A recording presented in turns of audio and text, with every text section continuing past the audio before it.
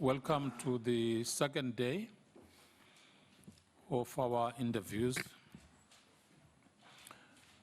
Also welcoming the media and our guests. Today, honorable members, because we have 12 candidates, yesterday we interviewed 11. Remember the 12th one withdrew. Interviewing 11 candidates, we finished at 9:30. It means today we'll finish at 10:30. If we spend time like we did yesterday. Today we'll allow members to ask questions for 5 minutes, and there is no coming back. There will be no follow-ups. And I think to do it properly,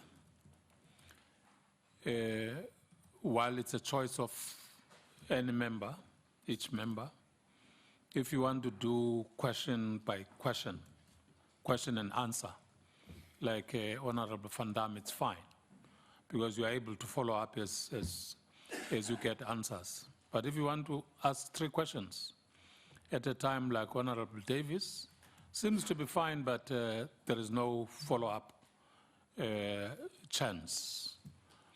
So that's what we are going to do, honorable members, today, so that we can rush and live like we did yesterday. What is the program? The first candidate?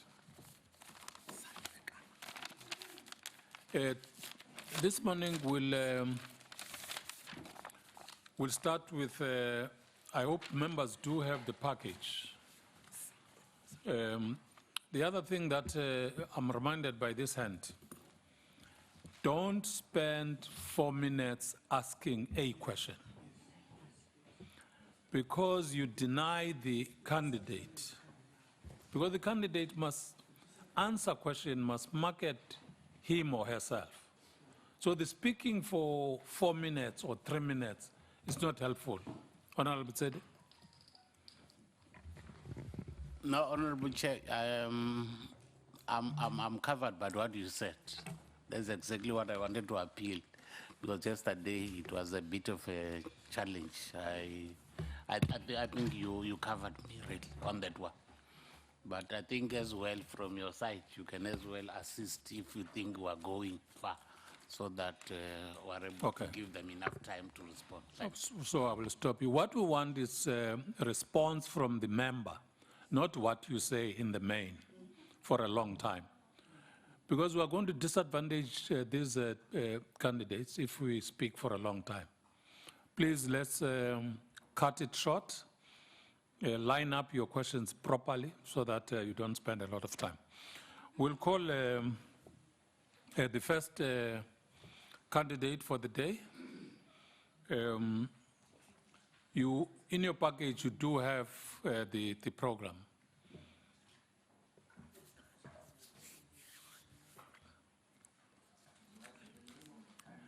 You have the packages, members?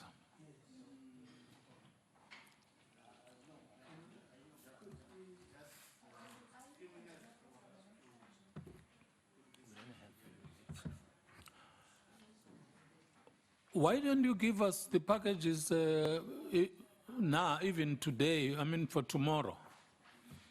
Yes, we do have CVs, we accept, but it will be, you'll have to give us the packages for tomorrow, today, so that we can go through, overnight we can go through them.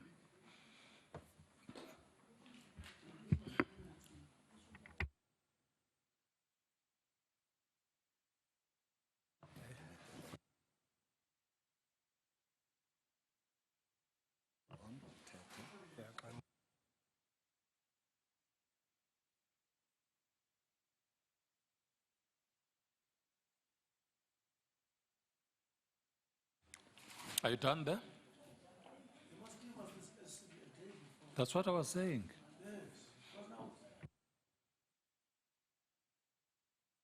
Good morning, sir. I think you are briefed. What you'll have to do is to tell us about yourself and why you applied for the post. And you'll have to do that in 5 minutes. And then members will ask questions within all of combined, your responses and their questions, it will be 5 minutes.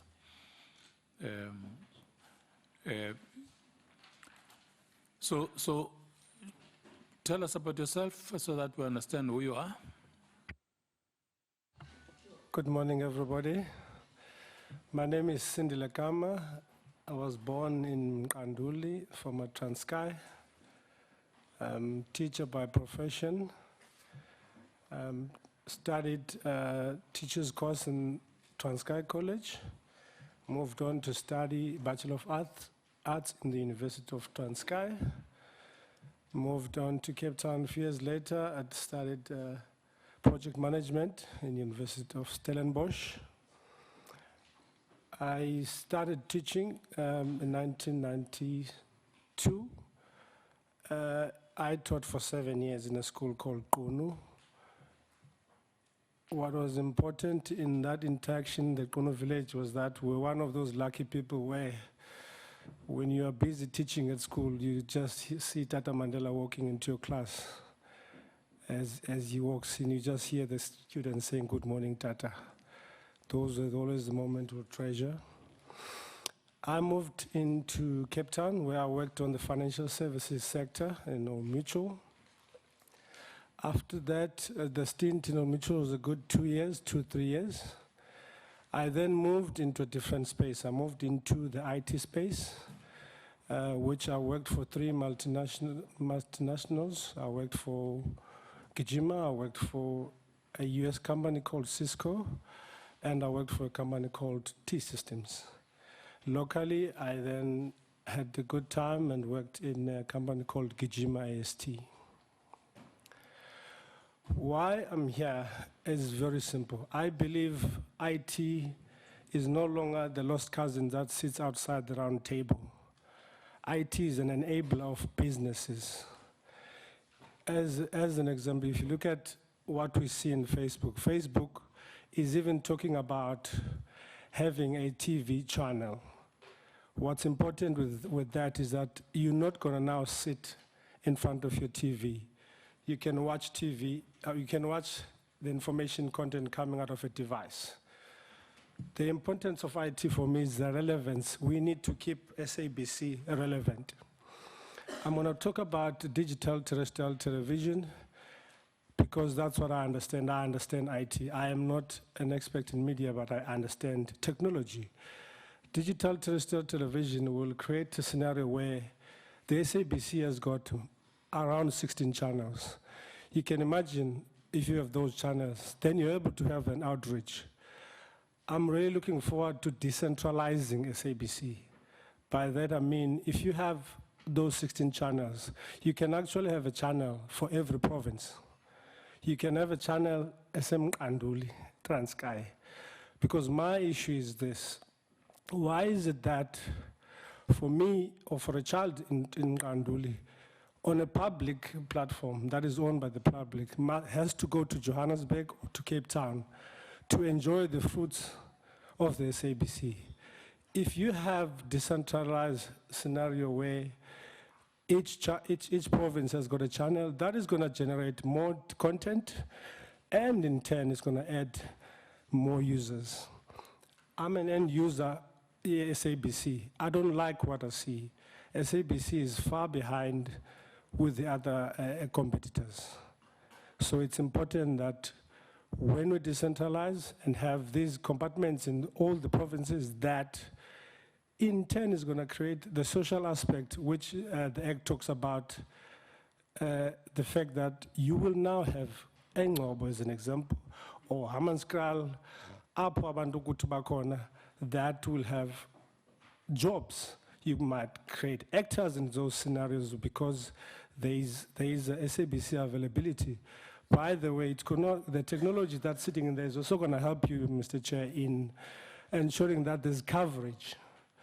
you're now not going to miss out the news that are sitting in the rural communities, because there is accessibility of the infrastructure of SABC in those towns. One other important aspect around that is the fact that you're now going to have a decentralized communication.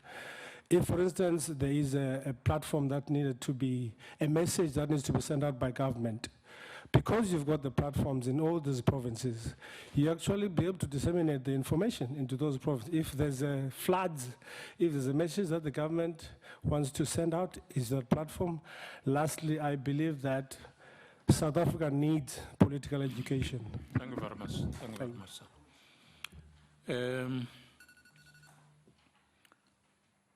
Can we have Honorable Kalako as the first speaker?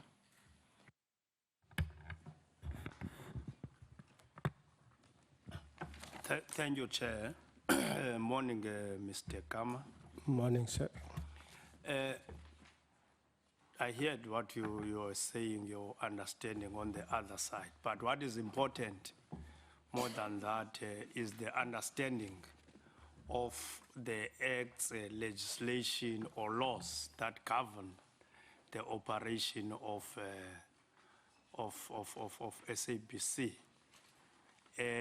To me, if you can just, not getting into detail, just tell me which are those acts, just list them, which govern SABC. Thank you, Mr. Kalako. The Broadcasting Act is the first one.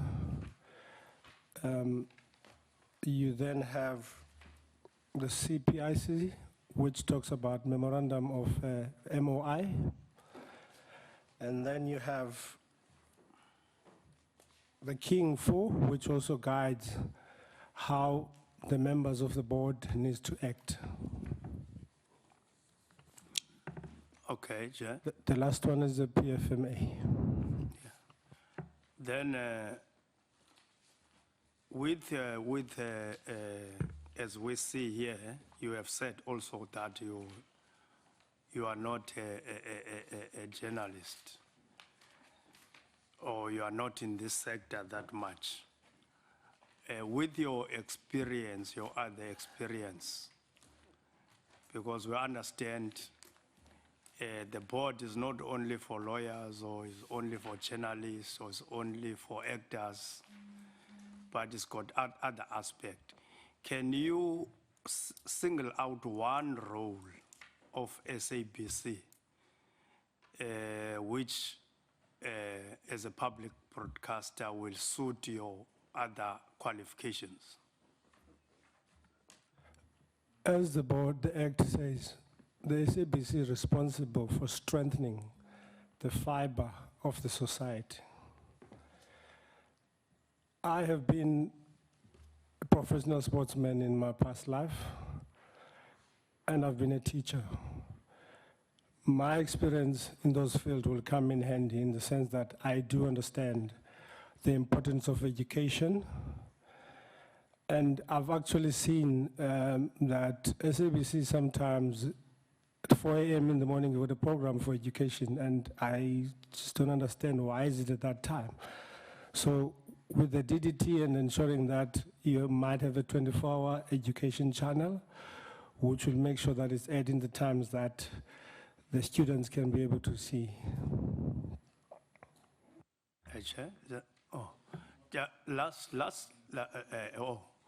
Lastly, as you'll understand the present problem of the SABC, that is why you are making interviews for the board. What is your stance on the editorial independence in the newsroom, and on the interference by stakeholder or by political parties wanting to influence SABC, how they must report? Can you just want your views on that, because that's one of the important things? Thank you for the question. My view is very simple. South Africa is a democratic country. Democracy meant freedom of speech, freedom to report where and whenever South Africa is. So we should not have an interference on the editorial act. There should not be censorship. It is very simple. News need to be reported as they are. Thank you.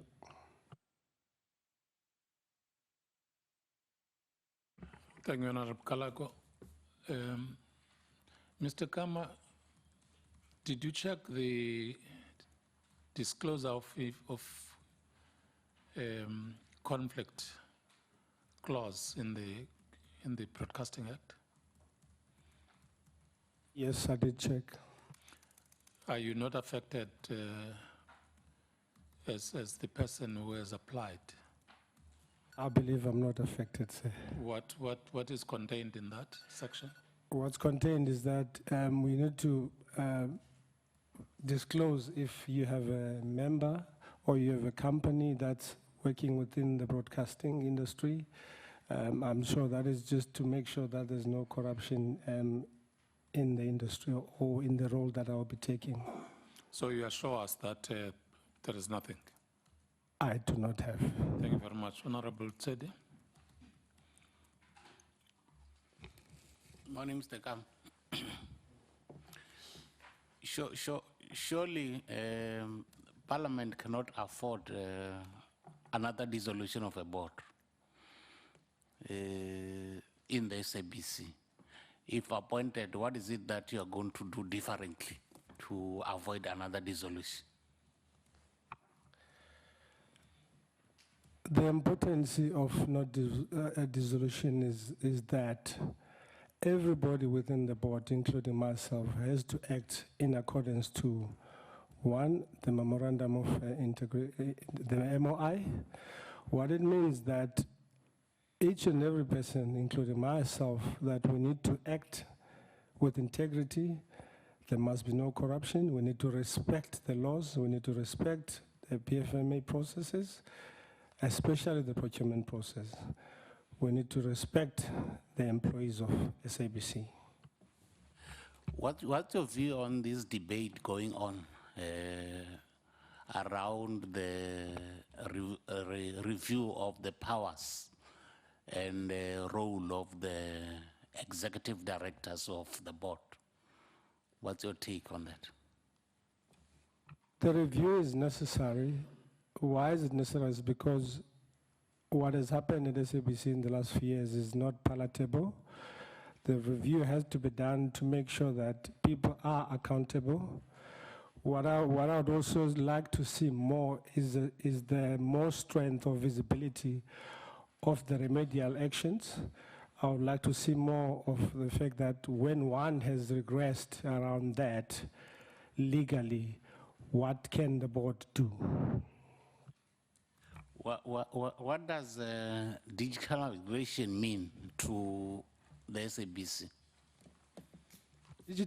Digital migration simply means we're moving the signals from analog to digital. It means you will have easy accessibility of content. It means you'll have growth in a number of stations that SABC has got. It means you'll have a better outreach into the entire South Africa.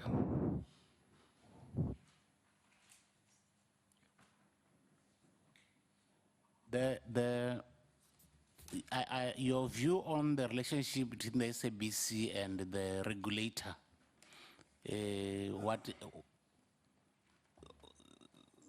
what is the current state of affairs? And if appointed a board member, how do you see yourself improving on that relationship? It also has been amazing me that there's MDDA, there's Akasa, and there's SABC. My view has always been that I do not see the relationship being strong between the three entities, and yet these entities are supposed to be driving the democracy, they're supposed to be driving the data, the content into the people of South Africa.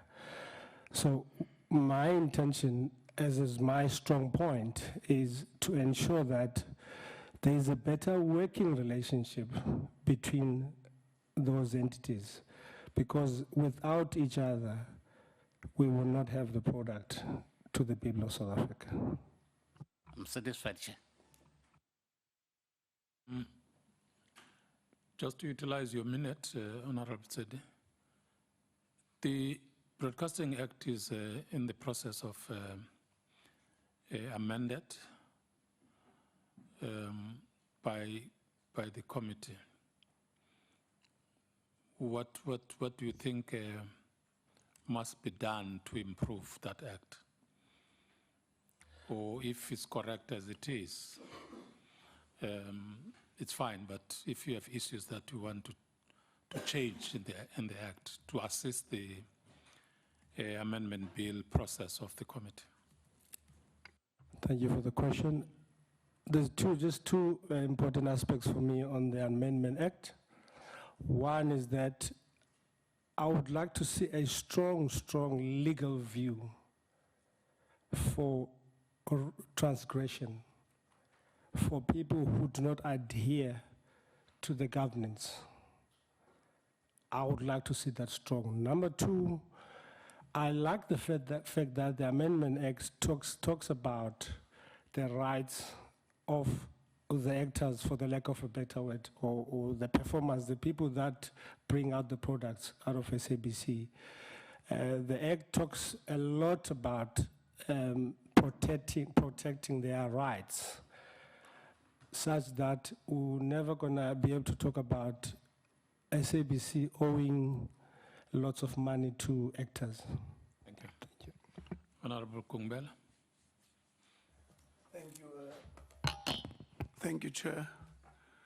Good morning, Tatukam. Ndiyabulela, Tata. Yes. Under the board charter, clause number 8.2, as the role of the board, one of the things that are articulated there is that the board should give a strategic direction. And then, you know, in management, you've got your operational, your tactical, and strategic. It's either you think they have omitted others, or that is the only role of the board, to give only the strategic direction. What's your comment about that? Understanding the role of the board. The role of the board is very important in that the Act talks about building the society. The Act talks about accessibility to each and every channel. Let me repeat my question quickly. I'm saying, they say it's to give a strategic direction. In the levels of management, two things are missing there: tactical and operational direction. And I'm saying, do you think the two are deliberately omitted, or who else is supposed to do them? The technical should not be omitted, especially if you're driving an important aspect into the changes in how businesses operate in South Africa or in the world. So the technical aspect of it is very important on the strategy of the SABC. Role of the board at a technical level. At a technical level, the importance of the board is, as an example, selling to a board simply means that you need to understand the strategy of the board. The role of the person who's a tech in the board is to make sure that you understand how the direction of the SABC is going on a technical aspect. There's an area where the board's commitments, I think that one is 7.3.5. It says, amongst the commitment is creation of a financially sound corporation built on a sustainable business model and ensure that its assets are used in an effective and efficient way. And my question to you is that, in that area of sound finance or financial state, what challenges do you know are facing SABC currently as we speak?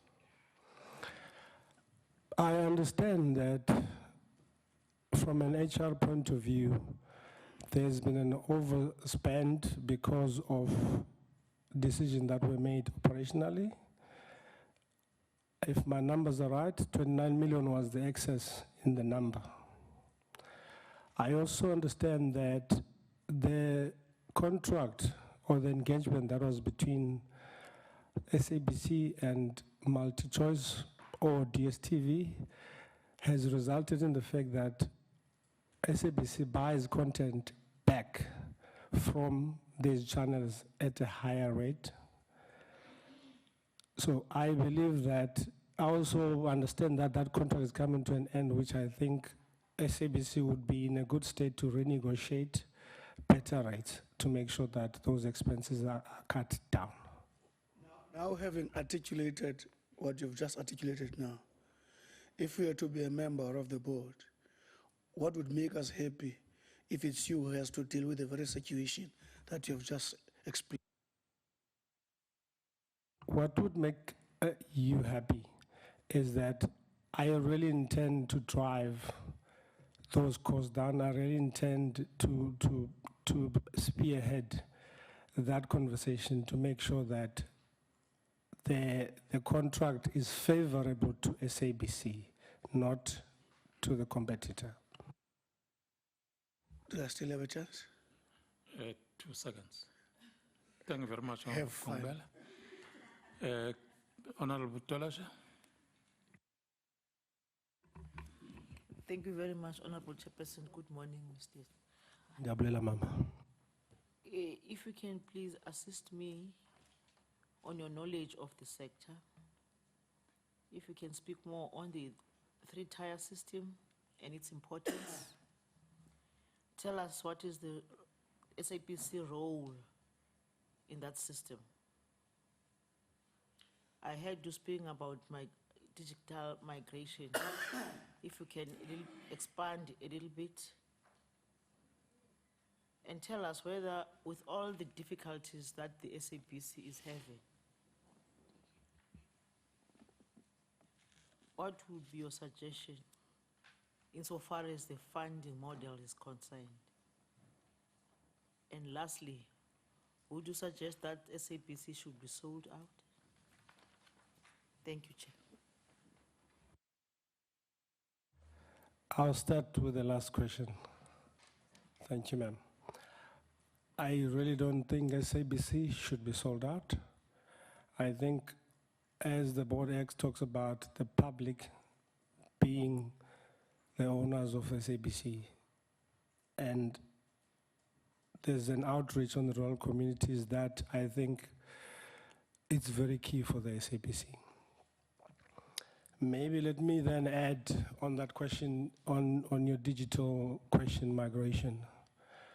Again, coupling with why I'm saying it's not sold, must not be sold, is that the communities that are out there in South Africa, the far-reach communities, there's no communication, proper communication. I'll give you a simple example. 1991, I was chosen for Olympics Barcelona 92 for the Olympic Games as a development athlete. I only saw my name the day before the team left for Barcelona, when you see the names coming down on TV. On Monday last week, to show how technology, digitalization works, I was playing golf, but I was able to see an hour after this committee sat that I should be sitting here today. So technology has worked. In terms of the funding models, this is something that I've been grappling with my mind as to why it has not been done. The stats that I found is that 2015 there were about 5.1 pay TV clients. Now, SABC has been struggling to collect license fees. I believe if we can be able to talk as SABC to the pay TV owners, DSTV, I think Top TV, I'm not sure if there's a third one, We talk to them, they collect money to me, to almost South Africans, in numbers every month without fail. And it's a seamless system and quick.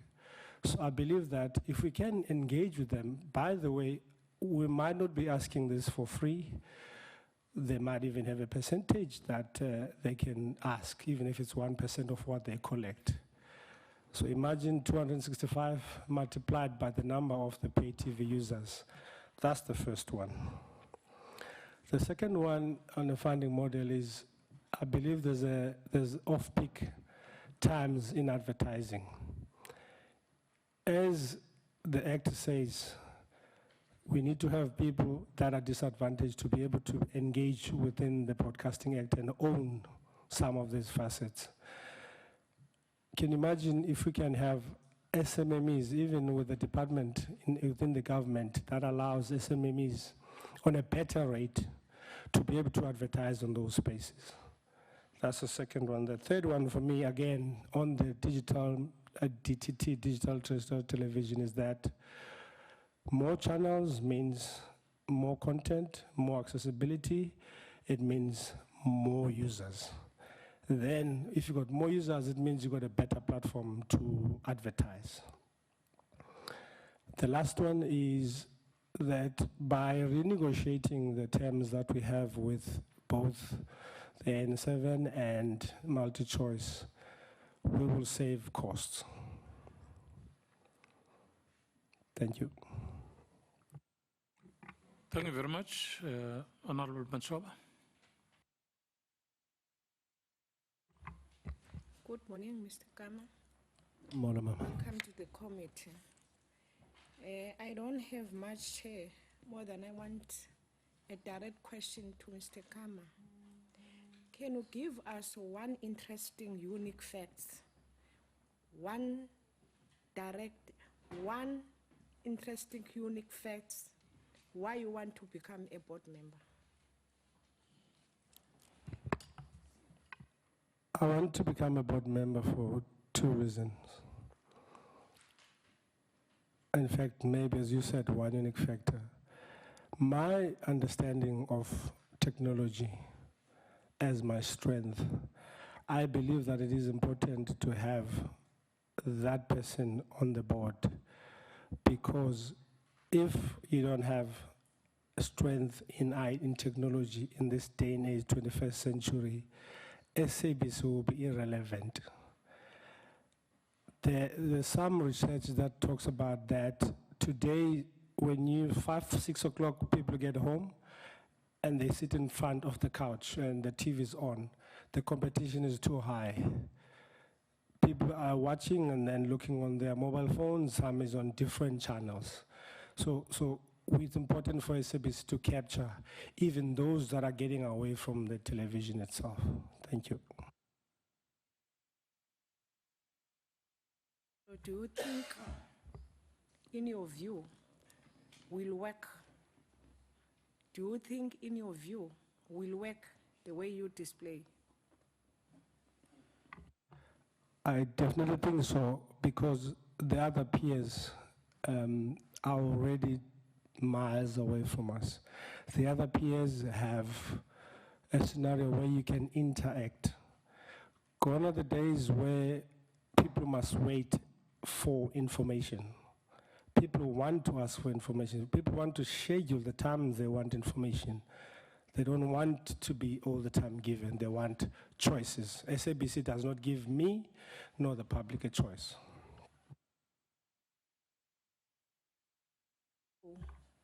Do you think SABC does have a eye sharp to the youth program, in your view, in your personal view? It is there, but I think it's very minimal. There's a lot that SABC can do in youth programs. Hence, I was saying, through the TTT, SABC can be afforded an opportunity to really concentrate on developing the society, developing the youth, youth skills. There's a in my early years, the only thing I knew that I could do was either to be a teacher, a policeman, a nurse, or a doctor. I was not that clever to be a doctor, so I ended up doing teaching. However, in this day and age, I think SABC can play a big role in ensuring that information on careers, people can, I mean, we know of Akasa Semenya in sports who's really making money. That information was not there those days. SABC can play a big role in that. I think it should be a good idea to have a youth in a board. Can we, I just want to also to say in my final question, what about the disabilities, disabled people? Do you think we must engage them to be part in the board? The board Act talks about the entire population, rich or poor, disabled, young, that must be catered for. The youth of this country is very key because these are the leaders of tomorrow. Because the board is comprised of 12 members, I am not sure if we can fit in that number, but there can be a better mechanism of engaging both the disabled and the youth, such that then the board can be able to engage and understand the youth challenges from the youth themselves, not from us. Thank you very much. Thank you. Honorable Van Dam. Thanks, Chair. Good morning, Mr. Kama, and thank you very much for making yourself available. I see in your application that you are nominated by Mr. Wela Lulane, who says he's an ANC Youth League member in the Western Cape and a member in bold in good standing. What is your relationship with Mr. Lulane? I know Mr. Lulane from the circles in Cape Town. Since I've been in Cape Town, I know him through friends. There's nothing more, just a friend's relationship. Did he approach you or did you approach him? He approached me, madam. He approached you. He also mentions that you are a shareholder in a company called Promotone. Are you and him both shareholders in that company? No, he's not a shareholder in my company. Okay. What business is Promotone engaged in? Promotone is a below-the-line marketing business. Can you give me a bit more detail about what sort of work it does? Do you have contracts with state entities or contracts with governments? What does Promotone do? The company is 2 years old. We do corporate clothing. We do marketing. We do adverts. We do, billboards. We don't have contracts with any of the state entities. We are bidding as anybody else into, especially the city of Cape Town. My biggest clients are still corporate clients. Corporate clients. All right, thank you. So, I mean, I've looked at your CV, and my biggest concern, obviously, is that you have neither the qualifications or the experience that the Broadcasting Act requires for board members of the SABC. And I've listened to a little bit about the responses you've given to answers by colleagues, and it seems like you've at least given some thought to the SABC and the challenges facing the SABC. You mentioned that you believe that every single province must have an SABC channel. Each province must have its own TV station. I'm assuming that's what you mean. Now you understand that's obviously going to cost a lot of money. You need infrastructure, you need staff, etc. How do you think the SABC should be able to fund TV stations for every province? How do you improve the SABC's funding model? Please give me a short answer. How do you improve the SABC's finances? How does the SABC get more money? I think firstly, let me say thanks for the question. The funding, my first point on the question on the funding was around license fees. So your answer is, in order to fund the SABC, we need to make sure we collect license fees. So your answer for improving the SABC's finances is collect more license fees. Better, collect them better. And you think with those license fees, you'd be able to cover the costs that the SABC requires to run? I think so, ma'am. How is the SABC's funding model structured? Where does it get most of its funding? It's advertising, sponsorship, and airtime. What percentage is TV licenses? 65%. No. It's a very, very small percentage. It gets the bulk of its funding from advertising. So increasing license fees doesn't really make that much difference in the SABC's bottom line. But thank you very much. Honorable Davis. Thank you, Chair. I'm going to depart from my usual technique, and I'm going to ask a question at a time. Thank you very much for making yourself available, Mr. Kama. My first question to you is, can you tell us the difference between two key regulators in the sector, one being Akasa and the other being the Broadcasting Complaints Commission of South Africa? What do you think is the key difference between these two bodies, which are both mandated to scrutinize and oversee the SABC? Akasa and? The Broadcasting Complaints Authority of South Africa. Akasa regulates and award licenses, and it makes sure that they are used in accordance to what the grant has been given for. BCCSA is to make sure that the content that's being put out into the market is in accordance to the Board Act. Okay, thank you. My second question is, some people say that the former Chief Operating Officer of the SABC, Claudi Motswaneng, did a good job at the SABC. Can you point to anything positive that he did when he was at the SABC? If I don't have it, is that a sin? I do not have. That's perfectly acceptable, thank you. And then my last question is as my colleague has pointed out, you were nominated to this process by the ANC Youth League. Now, the ANC have a policy of deploying cadres to state institutions. That is established policy of the ANC. Do you believe that if somebody is deployed by the ANC to a state institution, it is their duty to represent the ANC in that institution? 100% no.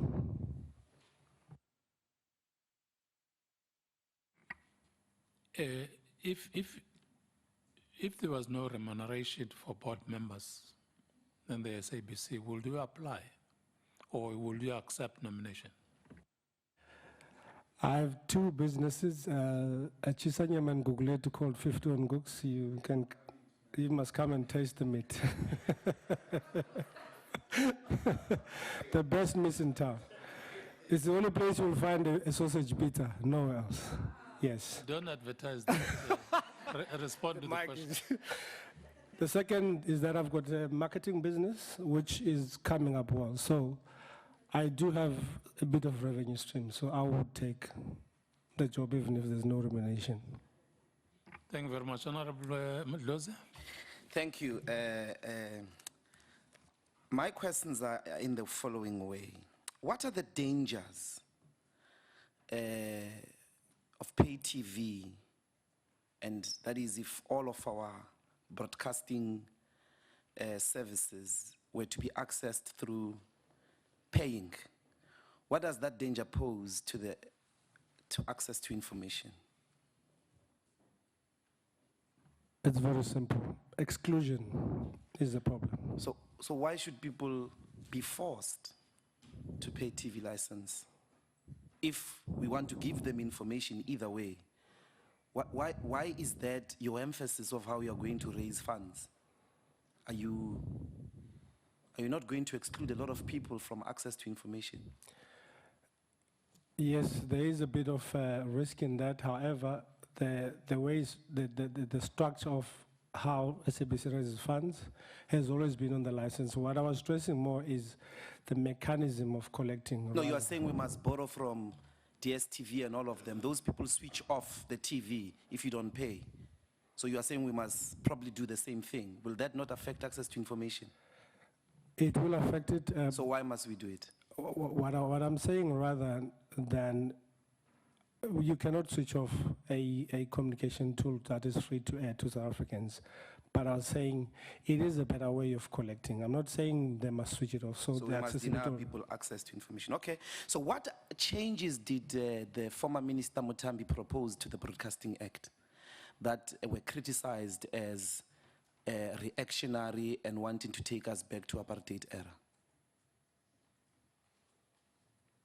Can you repeat the question, The please? changes that Minister Mutambi proposed to the Broadcasting Act that were criticized as wanting to turn the SABC into something that it was under apartheid. Do you know them? I am not affair with them. However, my belief is that the SABC that I saw in the last few months was an SABC that dictated. I mean, the minister wanted to dictate. You don't know how. the changes that Minister Mutambi proposed? Yes, but to I the saw. act? But what I saw. No, you don't. It stops there, that's yes. fine. Now, what's your view on 90% rule?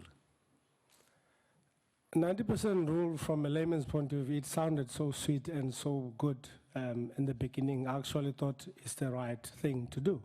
But when, after 90% rule was applied, it showed that the finances of SABC went down. So my assumption is that it was not the right rule to apply. So what must happen? We must not play local content to 90%. We must play local content, but we must have a balance, because SABC still has to be sustainable on its own by generating funds from that content. So what's going to happen? When you sit on the board and they discuss, how do we change 90% rule? What is going to be your view? What is the balance? Break down this balance for us. So people say, let's play local content, from music to the stories that we watch to the news. Let's maximize local content. Let's say for now, for productions like music and movies and stories, and it must be to the value of 90% of what we watch. That's what 90% rule is. You are saying that made us lose money. What is going to be your immediate view? Because that's what you have to face in the immediate board. What are you going to do? I think the first thing is that the 90% for local content, because of what I've discussed here around digital television, is that we're now going to have a more content around localization. That means we'll have more content to be played or content to be viewed by the people of South Africa. Just coupling up with that. Wait, so you're saying when DTT is implemented, that comes with 90% local content?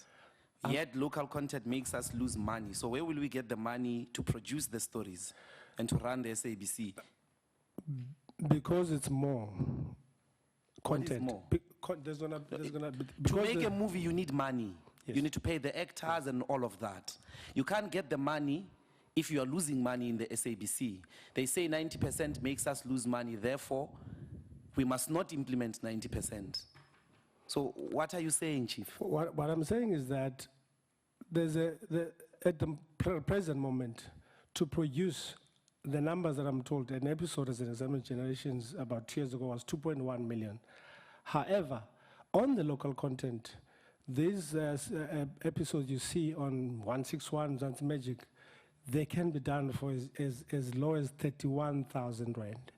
So I'm saying that's the information I got, that you can have a production for an episode to around 31,000, 31K.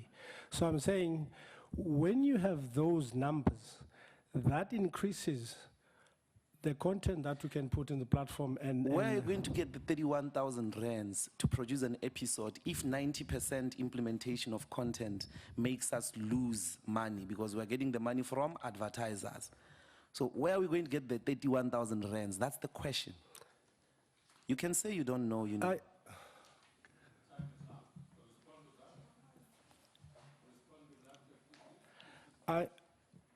I'm not really 100% sure and understand the 90% rule.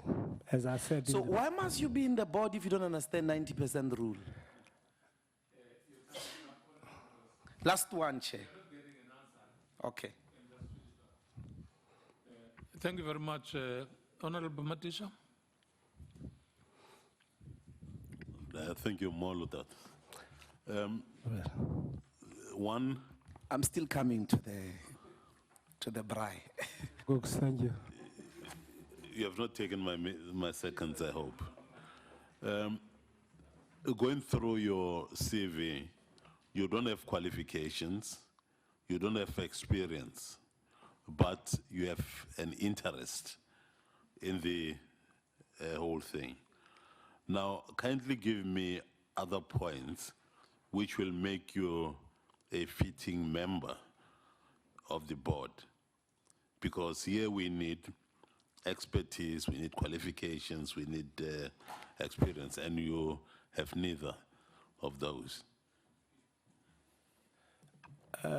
Just to add on the few that I've mentioned, I think what I also think it's important for the SABC to do is to capacitate the institutions. I believe, and my understanding is that when a Joseph come into, or Umzi comes into SABC with a story, and when it gets commissioned, SABC takes the copyrights. However, the budget that is given ends up going to white companies because they are the only ones who can produce the stories. So I think it's important for SABC to then build their own infrastructure so that they don't then go to tender for services and also to tender for infrastructure that the producer needs to use. In that sense, it will be saving and also be growing South Africa. I hope you don't believe in apartheid in reverse. Okay, look, there are contradictions in what you have raised. To quote you, the exact words that you have said, you said, a message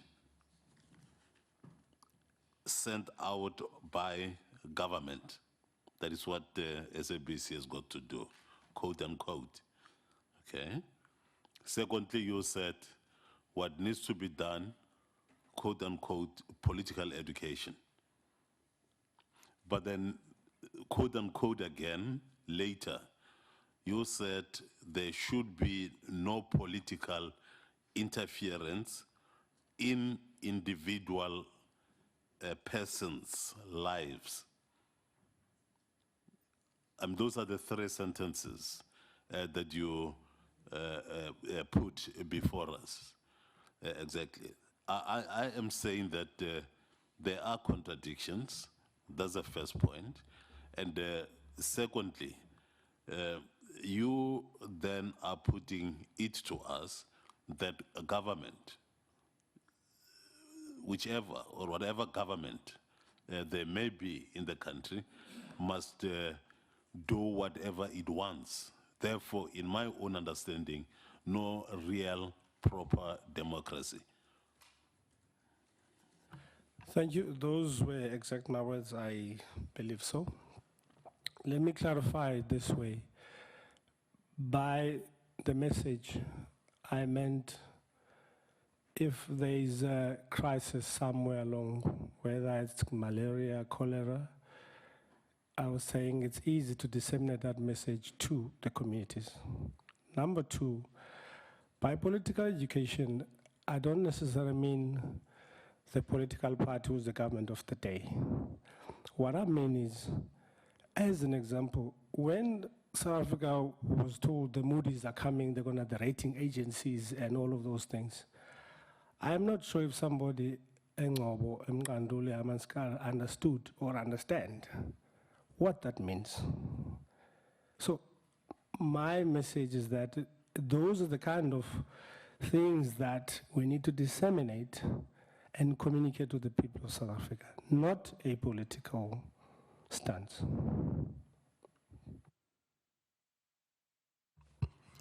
Thank you, Chairperson. I give you the 30 seconds. Thank you. Thank you very much, Honorable Madisha. And thank you very much, Mr. Kama. Here are the members of parliament. You can ask them questions if you like. It's your time now. We're at the end of the interviews.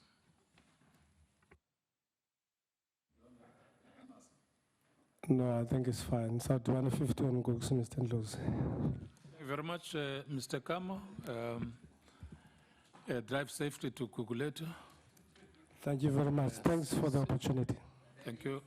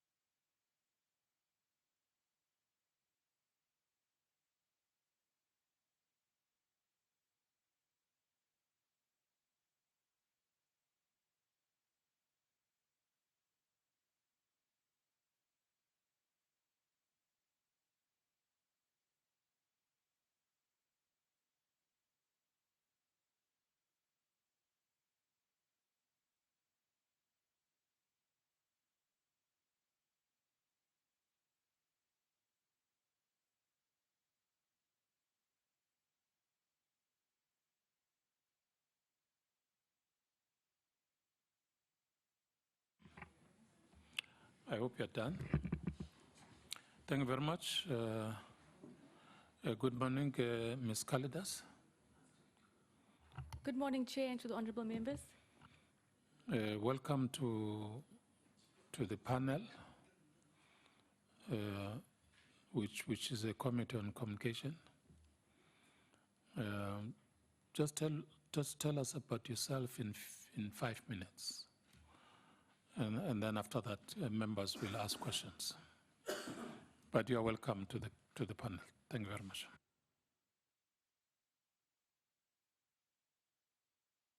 My name is Rachel Kalidas. I'm a chartered accountant by profession. I started my career quite early at the age of 17, whereby I did my articles as well as my studies part-time. I was therefore able to progress in my career quite fast. So that's how I think one is able to reconcile my age with my career experience. My passion is in public sector financial management and governance. I currently manage my own practice, Archimedes and Associates. We focus on internal audit, risk management, operation, clean audit, turnaround plans. I also chair a number of audit committees. I've served on public sector boards over the years as well. I'm one of the former SABC board members that was unlawfully removed using the Companies Act previously. Thank you very much, members. There is Ms. Kalidas, ready for you. Honorable Madisha, are you ready? Thank you, Ms. Kalidas, and good morning. As you point out, you served on the previous SABC board and were, as you put it, irregularly removed from the board, okay? Why, in your opinion, were you removed from the board? I'm saying in your opinion, okay? And secondly, when matters started going wrong under the watch of the previous board as a whole, what did you do within the board to remedy the situation?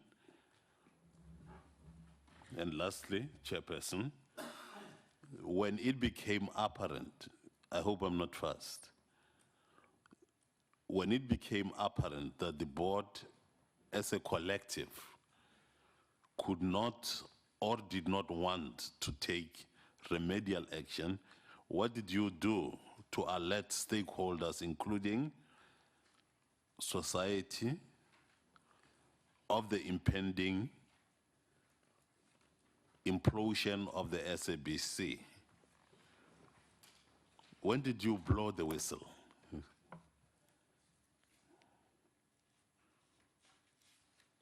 Could you have been more proactive? Thank you, Chair. Thank you. Over to you, ma'am. Thank you, Honourable Member. In terms of my removal, I think the process started in the organization to remove us when the former minister assumed office. Unfortunately, there were very difficult decisions that needed to be made from the time of the Public Protector report being issued.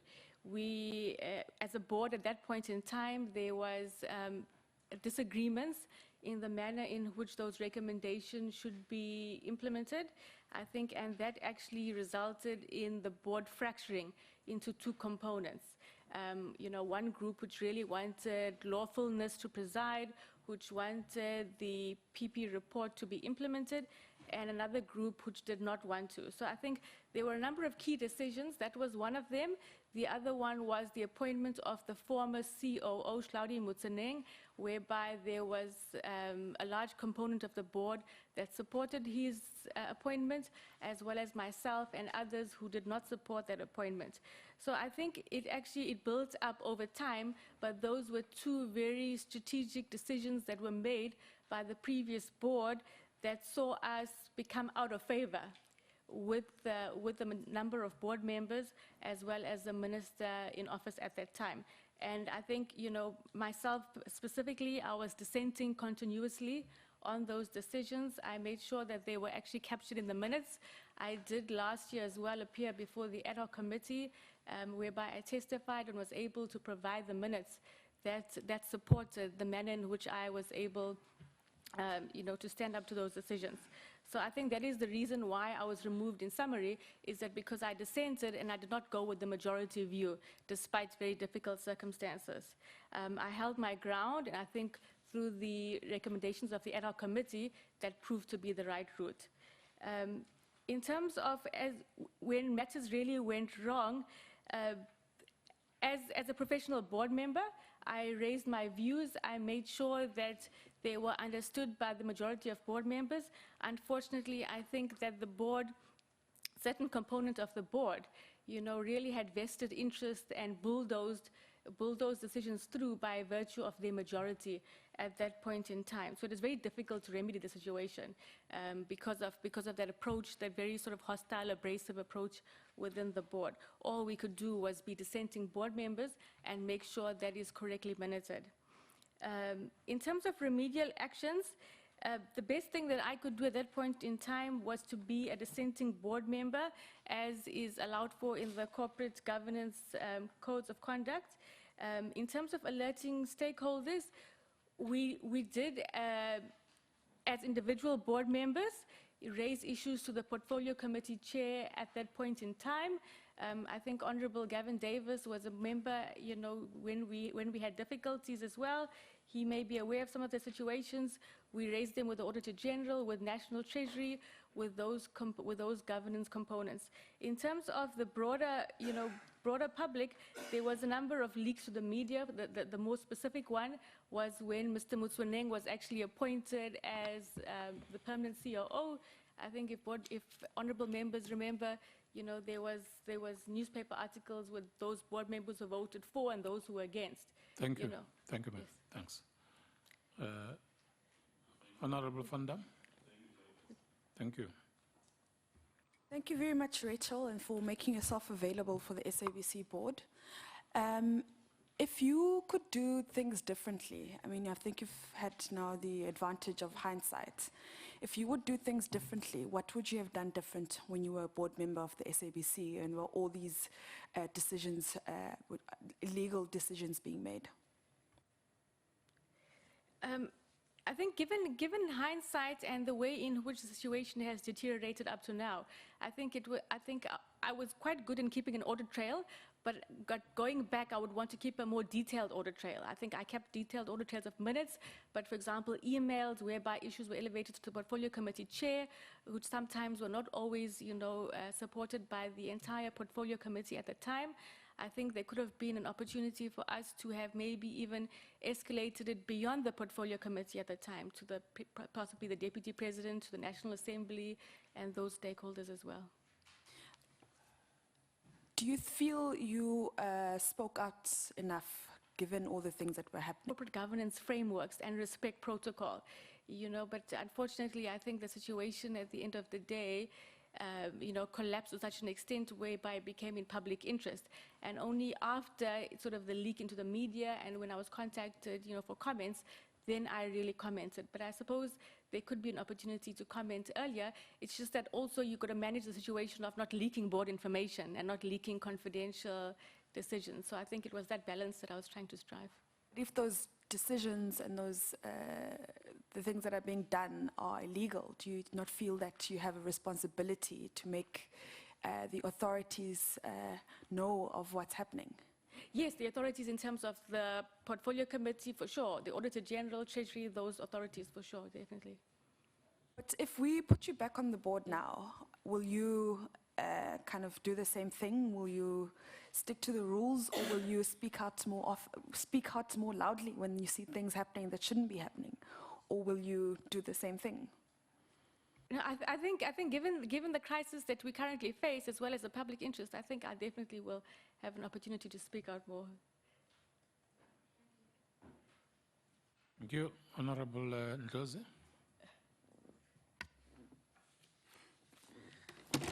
Thank you. So the thing I'm not sure about you is your grasp of the policy perspectives in relation to the SABC. So I'm going to tease you on those things. What is your view? For an example, a lot of people say that we should be more Pan-African in the ways in which we tell our stories in the SABC. The content that is in the SABC should be more and more Pan-African. Entertainment, all the productions, including news coverage. What's your view on that? Thank you, Member. I fully agree, but I think that it needs to be done once we transition to the DTT platform. I think currently, because we have such limited, space availability, it's very difficult to do. I think if one looks at the Broadcasting Act, there's a component of the commercial as well as the public service mandates. I think the Pan-African perspective will really be in the interest of the commercial aspects. For example, we could have a 24-hour channel that focuses on the African diaspora. If you look at South Africa, particularly, we have a number of, foreign migrants that are living here. And I think those are huge audience numbers that are not specifically catered for. So I think if we are able to provide content in their languages as well, over and above our 11 official languages, it can definitely be another revenue stream for the SABC. Okay, so we must wait for DTT to give, to tell our own stories. I don't understand that. How is DTT going to give us more platform to tell our own stories, which we don't have now? I think we can start building the content now. I mean, in terms of dedicated channels specifically. Are you saying there's no content, there's no Pan-African content? I think there is that the SABC can start with enhancing that, definitely, and maybe introducing it in a very systematic manner. Yeah, explain that systematic manner, because, okay, so the direct question here is, the feeling is when you watch South African TV, it's like you're in Europe or you're in America. There is no Pan-African content in it. That's why there was a move for 90% rule, which apparently it's blamed for losing money. What is this systematic way in which you would introduce Pan-African content Explain to Okay, me. for example, I think there would be areas of public interest. For example, recently, the Rwandan elections. I think there was quite a number of South Africans that I noticed were very interested to follow the Rwandan elections and of interest in terms of their developmental mandates and how their economy is transitioning. So I think we can cover that through the 24-hour news, to the 24-hour news station, as well as... We our already country- have a 24-hour news station. Yes, but more, as you say, more African content as opposed to South African content. Okay, what's the funding model, in your view, that the SABC should adopt to improve its money or revenue? Okay, I think, you know, for me specifically, I would like to see an overhaul of the licensing system. I think currently the TV license system it's a flat rate, it's very simplistic. If you look at the rates that are levied, there's a uniform rate for dealers, businesses, as well as domestic use. I think that is not really, you know, congruent to the socio-economic situation of the country. For example, you would find that you would have a dealer such as Macro who sells TVs and makes a profit out of that, paying your same annual TV license as a business, for example, a five-star hotel, which is charging perhaps 4,000 a night, which is then having to pay the same TV license that you would have, you know, a domestic resident having to pay in Langa, for example. I think there should be a tiered system. I would, you know, I would like to propose that we align the license fees in terms of those categories. But if you look at the domestic TV license, I'd also break that up into categories of your rural, urban, and peri-urban, so that you don't have a house. But majority of hotels will just migrate to DSTV, which they do now. They'll just leave and just do DSTV. In terms of the Broadcasting Act, if you have a TV set, you're required to pay a TV license currently. Yeah. So the last one is in relation to editorial independence. My mic is not. Oh, sorry. Last There's question. 1 second left. Yeah. Second.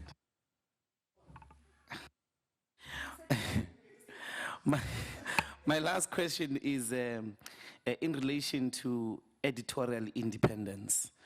What went wrong in relation to editorial independence in the era in which you were a board member?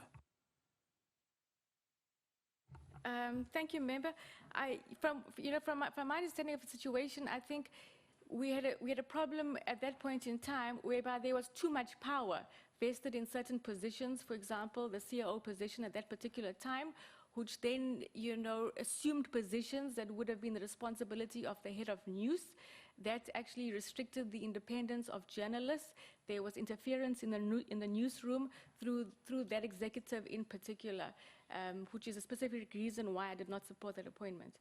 I think it vested with certain individuals as opposed to a policy that was applied. It was by virtue of wrong leadership at executive level, supported by a large component of the board at that time.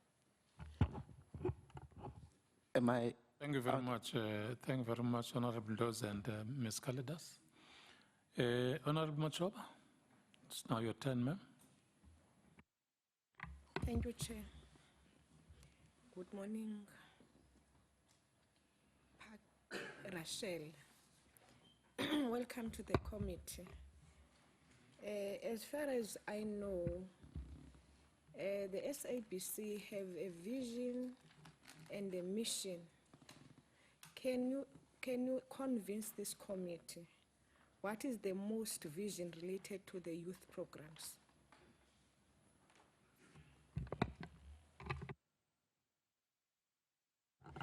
Thank you, Honourable Member. I think in terms of the vision as is documented in the Broadcasting Act, is to educate, inform, and entertain. So I think the content that's provided is in relation to audiences. The Broadcasting Act allows for specific programming to target audiences of your youth, your women, etc. In terms of your youth, there would be programs and content provided that would be of interest to them. To those vision and missions, there is an era that is not inspire the nation to those vision of SABC. Absolutely. I think that the SABC has failed to evolve in recent years. You know, if you look at the youth as well, they are very techno-savvy, you know, they keep up to date with trends, and the SABC has not completely evolved to keep up with that. So I think that is where we have lost the specific youth audience. And to be able to ensure that they return to the SABC, we need to provide quality content that would be of interest and compelling to them. Do you think SABC must make any changing to the mission and visions? Is there any changings that's supposed to be changed in SABC? I don't think that they specifically need to change the vision and mission. I think as is captured in the Broadcasting Act, as well as the regulations are sufficient.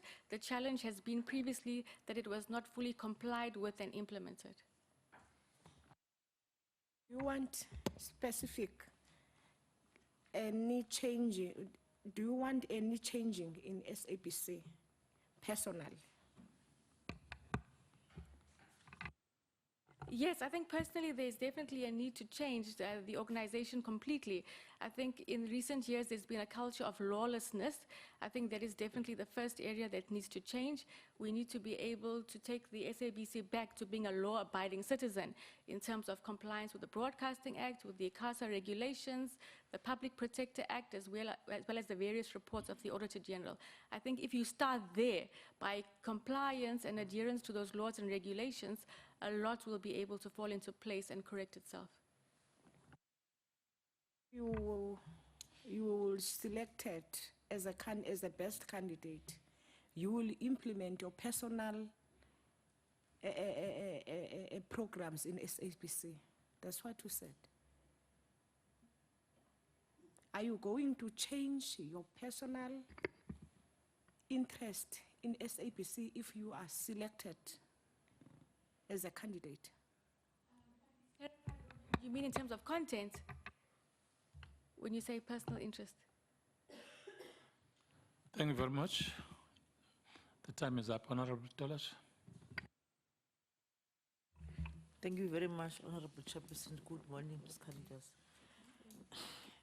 Ma'am, if you can understand, at some point you served in the SABC board, but with time you were dropped. Can I hear from you whether you are saying there's no recourse as we are embarking in the exercise of interviewing in preparation for the appointment of the board? Are you suggesting that there is no due course? The board members can be dropped anytime, by anybody? What can you tell us about that? Secondly, I realize that in your CV you are quite an activist insofar as the role is concerned. You have served in many boards and so on.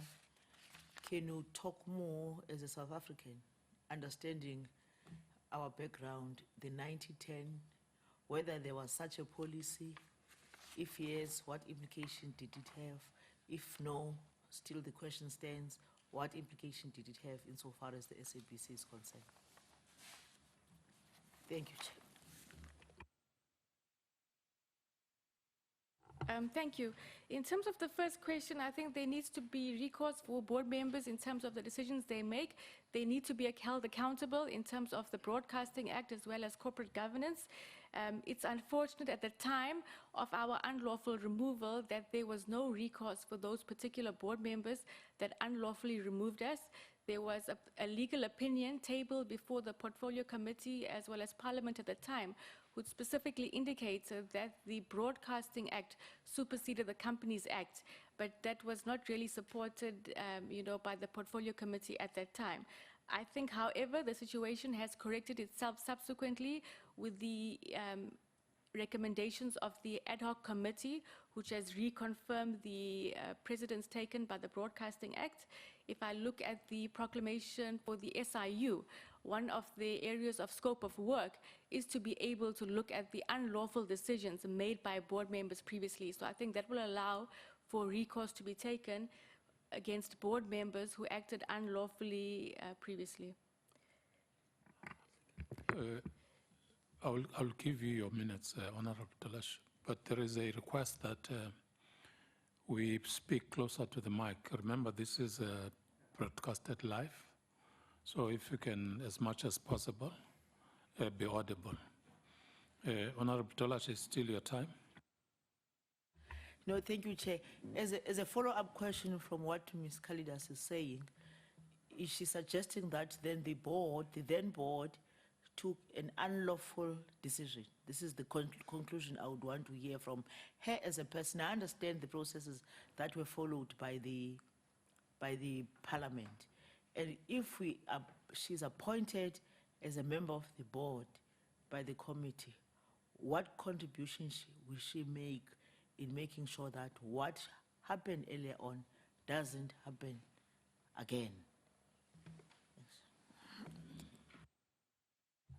Thank you, Honourable Member. In terms of the latter part of the question, ensuring that what happened does not happen again, I think it goes back to the quality and the credibility of the board members that are appointed. You know, even though we may not all come from similar backgrounds, you know, and hold the same values, I think it's important to be able to engage each other constructively in the board, but when that fails, to be able to escalate it to the next level. If I look at you know, the previous board members, we all appointed through the Portfolio Committee on Communications, and we were led by the first chair who lied about qualifications. We had the second chair which did not respect the you know, did not respect the legislation. So it is very difficult conditions at that point in time. So I think, you know, when we realize that there's board members that we can't work with, to be able to report their performance to the Portfolio Committee as well as the National Assembly. In terms of your second question around the 90-10, if I could move to that, I completely disagree with that approach. I think that the 90-10 policy was uninformed. It was not in the best interest of the organization. It eroded the audience base, it eroded your subscription as well as your advertising revenue. It was detrimental to the financial sustainability of the organization. The Akasa regulations prescribes criteria for your local content. I think we should have complied with that and had a sustainable approach in which we enhance and improve on our local content.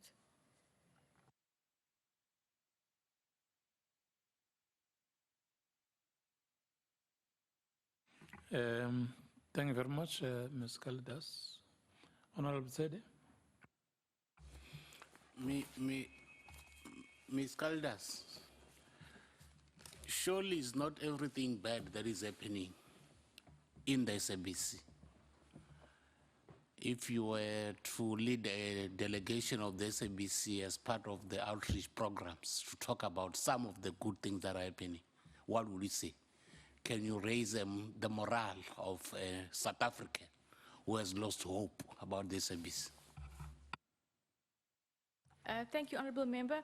I think one of the requirements of the Broadcasting Act in terms of the public service mandate is to build social cohesion and nation building. So I think there definitely is content that can be produced to be able to enhance that objective.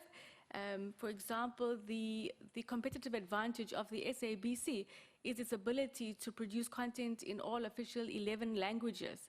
So I think we need to be able to use that to our advantage, to be able to be more accessible across the country. In terms of our outreach, I think we need to be more engaging. The SABC has in recent years not really listened to the public in its entirety. I think we need to be able to understand what the audience wants, use market intelligence as well as communication. Just hang on a bit. Just switch it off. I'm saying, despite all these things that we're talking about, the SABC, which are not good, surely there are some other positive things happening or have happened in the SABC. So I'm saying, can you just raise the morale of a South African who says the SABC, everything bad is happening in the SABC? Thank you. I think to raise the morale, one really has to start from the inside. I think there's very good quality staff that has come through with the SABC 8. I think there's quality journalists, and those need to be acknowledged and to be given the correct platforms within the organization. And I think if they support it and given the right, given the right levels within the organization, it will result in quality content and news that will boost the morale in the organization, and if it's boosted in the organization, it will translate to the morale being boosted across the country.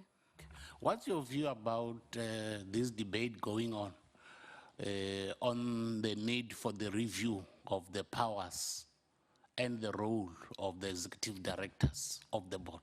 What's your take on that? I fully agree that there should be a review. In my personal opinion, I found that it created quite a bit of difficulty in that the Broadcasting Act in one instance says that the executives are accountable to the board.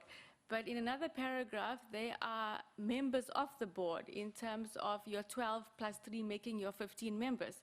So you have issues arising in the board practically whereby the executives would submit, for example, a policy or documents to the board for approval that they compiled and would have passed through the executive committee meeting, but then at the board, they are also voting in support of their own documents and policies. So it distorts the voting at board level. Digital migration, what does it mean to the SABC? I think digital migration is an exciting new opportunity for us to be able to reinvent the SABC as well as to be able to evolve to meet our competitors.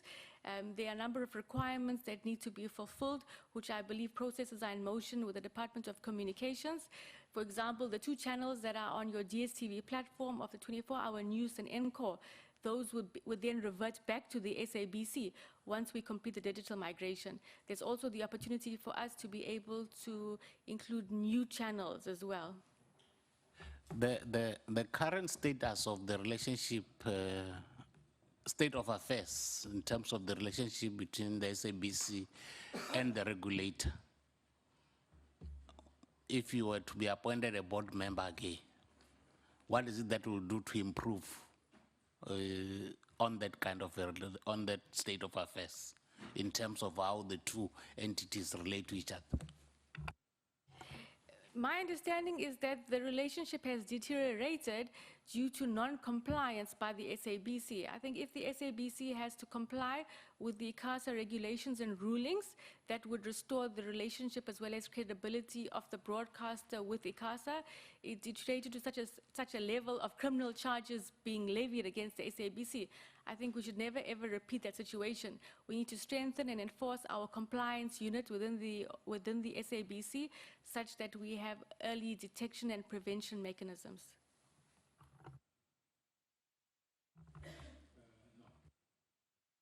No, thanks. Honorable Kungubele. Thanks, Honorable Chair. Good morning, Mr. Kalidas. Under the board charter, they speak about a board giving a strategic direction to the SABC. Normally, when you're in your management school, you would have spoken about strategic, tactical, operational, but they choose to speak about strategic direction.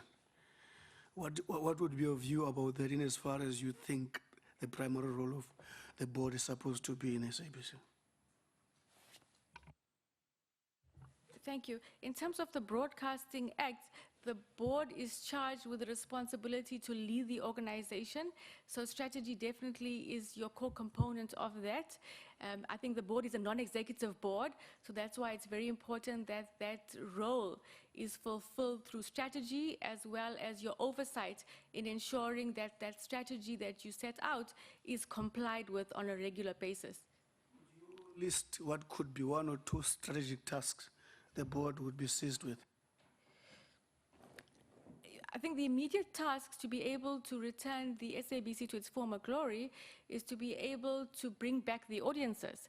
So I think our primary strategy should focus around how that can be achieved in terms of maintaining stability of our audiences and increasing audience numbers, that would in turn be able to attract further advertisers. So I think our strategy should be around revenue generation and enhancement, as well as in terms of your audience, the quality of your content, as well as improving the SABC's reputation. What would be your comment about the significance of the concept fiduciary in as far as responsibility obligations of leading institutions is concerned? Your fiduciary responsibilities, it's a relationship of trust, care, and skill with the organization. So I think that's why it's very important when board members carry out their fiduciary responsibilities, it's always in the best interest of the corporation. It's a relationship of trust whereby you're entrusted, through the legislation with the governance and the assets, the resources of the organizations. So one has to be able to make best decisions carrying out that trust, care, and skill. A preamble of the SABC Act, which you'll agree with me that the bigger body of the Act is decoding that preamble in sections and clauses. They speak about South African expression, acknowledging the development of the South African expression. Is there a difference between that and Pan-Africanism? Is there a difference between that and Pan-African expression? In my opinion, yes. I think, first and foremost, I think the South African identity is in relation to our 11 official languages, as well as the culture, religious values of the South African population. And then Pan-African would be in terms of the other African countries, as well as citizens which are residing within the country, being able to cater for their needs as well.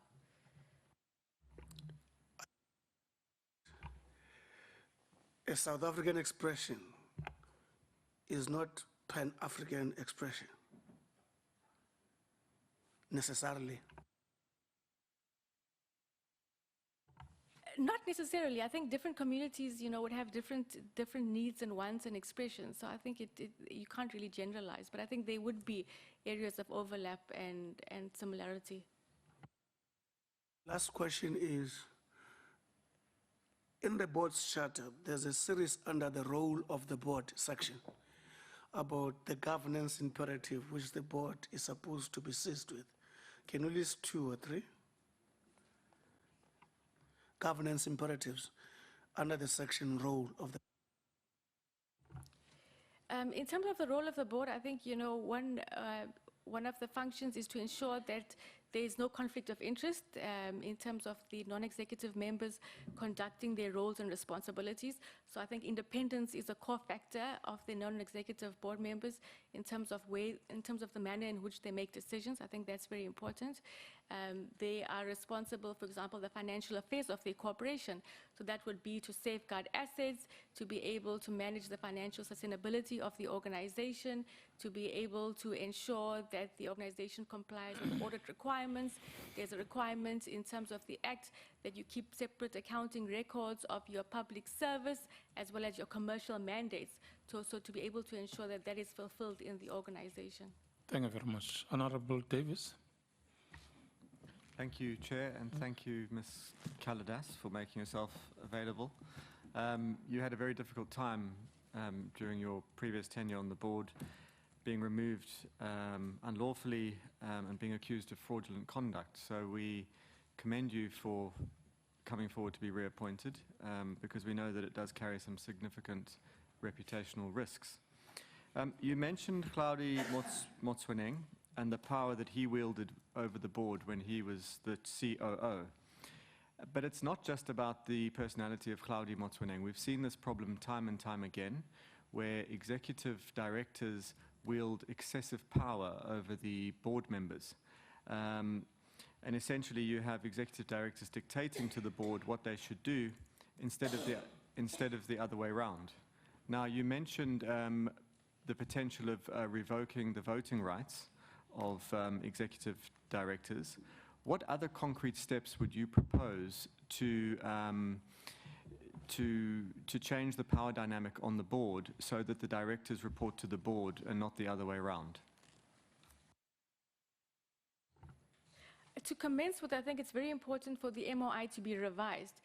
During my tenure, the MOI was incorrectly revised to be able to take powers that are vested with the board into the executive. So I think that needs to be undone. It also came out through the ad hoc committee, whereby there were various versions of the MOI.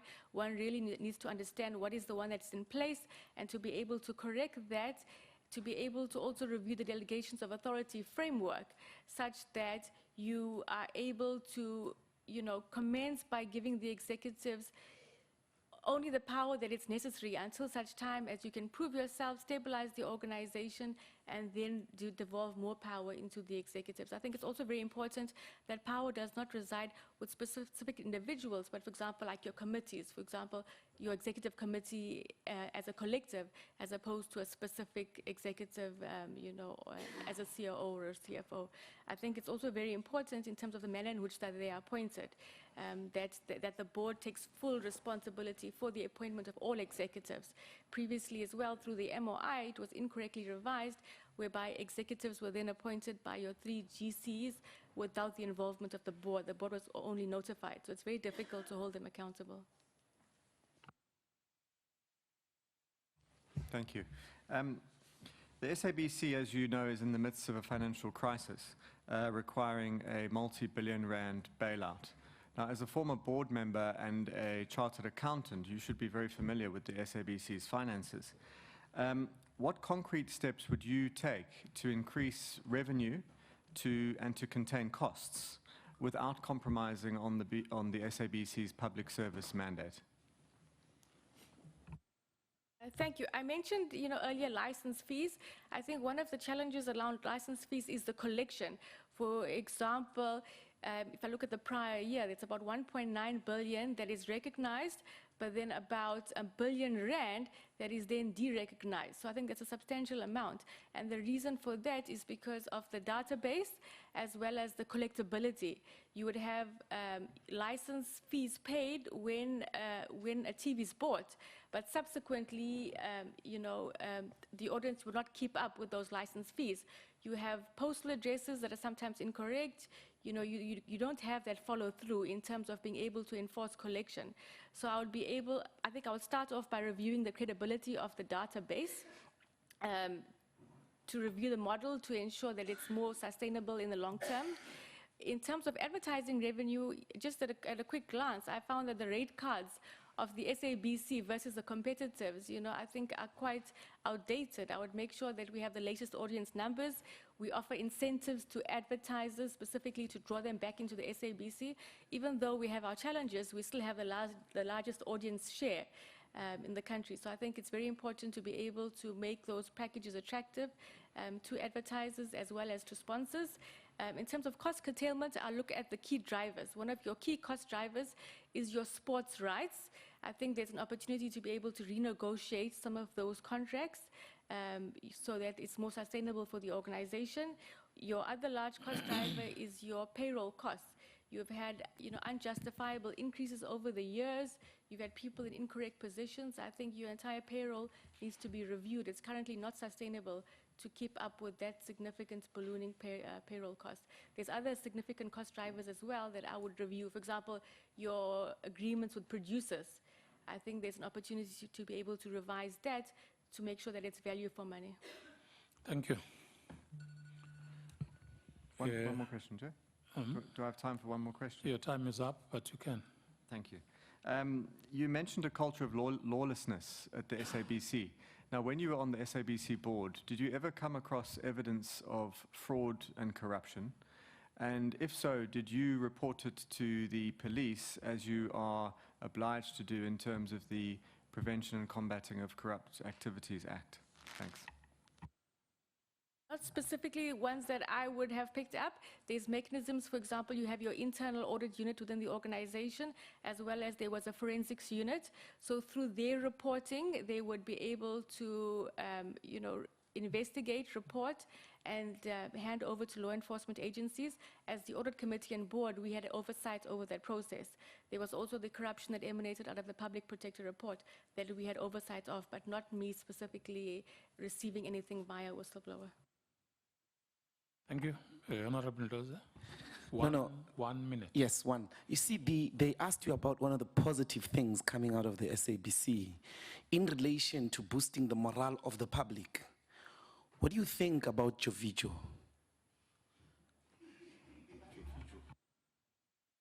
Sorry, about? Jovijo.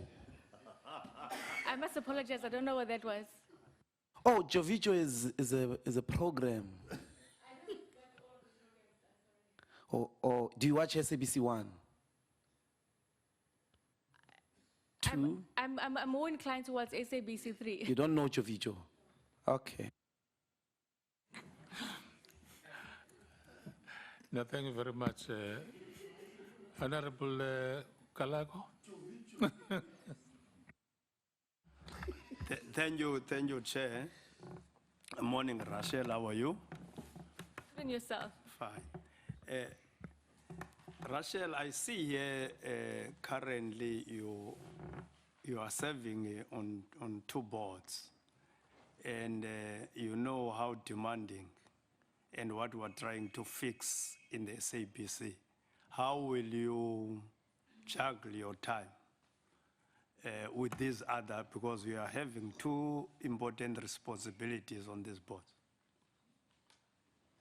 Thank you. The one board term ended at the end of July, so I currently have only 1 active board membership. That board membership is in a very stable organization. The board meetings are approximately 6 a year, so it's not very demanding. Coming back to that question of local content, in your view, do you agree or disagree that SABC should pursue local content being dominant? If you agree, how must it pursue that, taking into consideration the costs and the lack of money to develop local producers for content? Thank you. I think local content is very important. If you look at the Broadcasting Act, there's a specific need to be able to ensure that content is accessible to all South Africans in all 11 languages, and I think that is very much local. I think local content needs to be introduced in a more sustainable manner as opposed to what was done with 9010. For example, we have production studios at the SABC. Where possible, one can drive down the cost of production by allowing those producers to use our facilities, to be able to, I think, negotiate contracts that would attract your audience numbers. That in turn would be able to generate advertising revenue, so it would be self-funded to an extent. Thank you.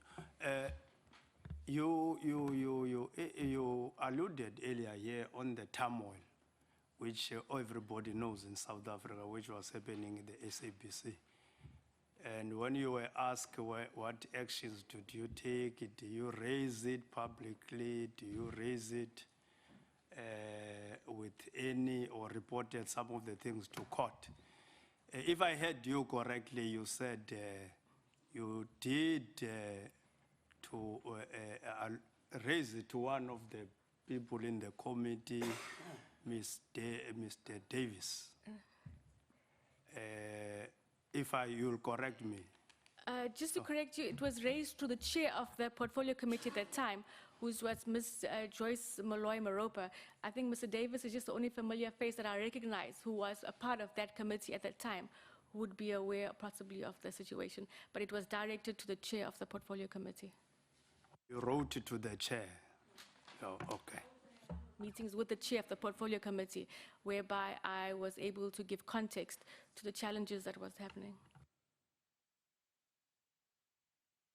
Thank you, Chair. Thank you very much. We won't break for tea now. We'll call the next, and then we'll break after that. We deal with one more. Time is against us. Thank you very much, Ms. Kalidas. Do we have any questions to members? None, Chair, thank you. Thank you very much. Go well. Hope to see you again. Thanks. The next candidate, please. Who's calling the next candidate? Is he coming?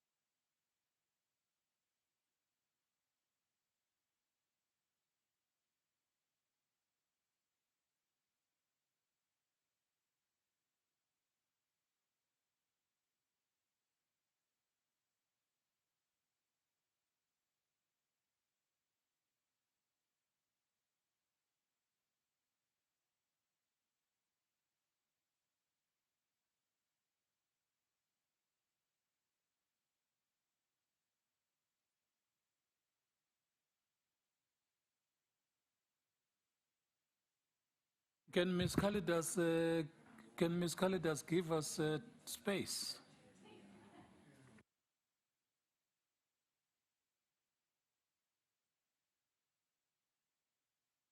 Very much, honorable members, for sitting down. Mr. Honorable Doze.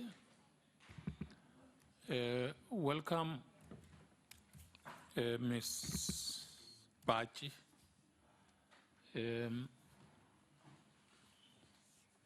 This is the panel, which is, of course, a portfolio committee on communication. We'll give you 5 minutes to talk about yourself, just introduction to members, who you are and all of that, brief summary of your work experience. But also touch on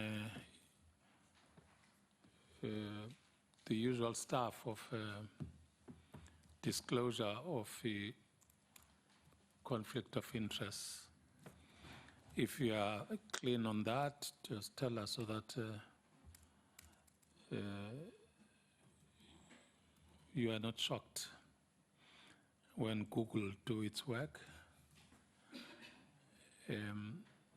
That's it, and then members, after your contribution, they will ask questions, each member, 5 minutes, that we'll share with them. Your answers and questions will be within that 5 minutes.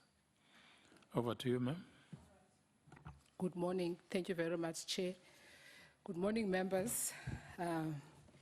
My name, as already been said, is Nomvuyiso Bache. I have more than 15 years experience in the regulatory space. When I say regulator, I include competition law, broadcasting and telecommunications. That's my background in a nutshell. Before then, I studied BProc and LLBs, and an LLB at the University of Fort Hare, and I graduated in 2001 for my LLB. Currently, I am pursuing my master's degree. That is what, in a nutshell, that I've been doing in the last couple of years. Must I mention the positions that I've held? Okay. My first job that I had was at the University of Port Elizabeth, now Nelson Mandela University. I was a coordinator for the Street Law Project. Thereafter, I was a tutor at the University of Fort Hare, assisting students with criminal law, amongst other subjects. Then I moved in 2000 to the Competition Commission, wherein I was hired as an investigator in the cartel division of the Competition Commission. After the stint at the Competition Commission, I moved to Akasa. I was manager competition, wherein I was tasked to introducing competition regulation in the mobile space when I started, because that expertise did not reside at Akasa at that particular point. And then I acted as a senior manager, policy analysis and development, dealt with issues such as ownership and control, regulations. During that time, I had the pleasure of being nominated and sitting on the first term for council. And I've been a councillor at Akasa from 2008 up until April 2017. Currently, I am an ad hoc consultant. I assist various companies in regulatory work, but mostly not in South Africa, in Sabc. I have assisted the Swaziland Communications Ministry as a subcontractor, and I've also been a subcontractor to do another work in Tanzania. So that's what I've been doing. Thank you. Thank you very much.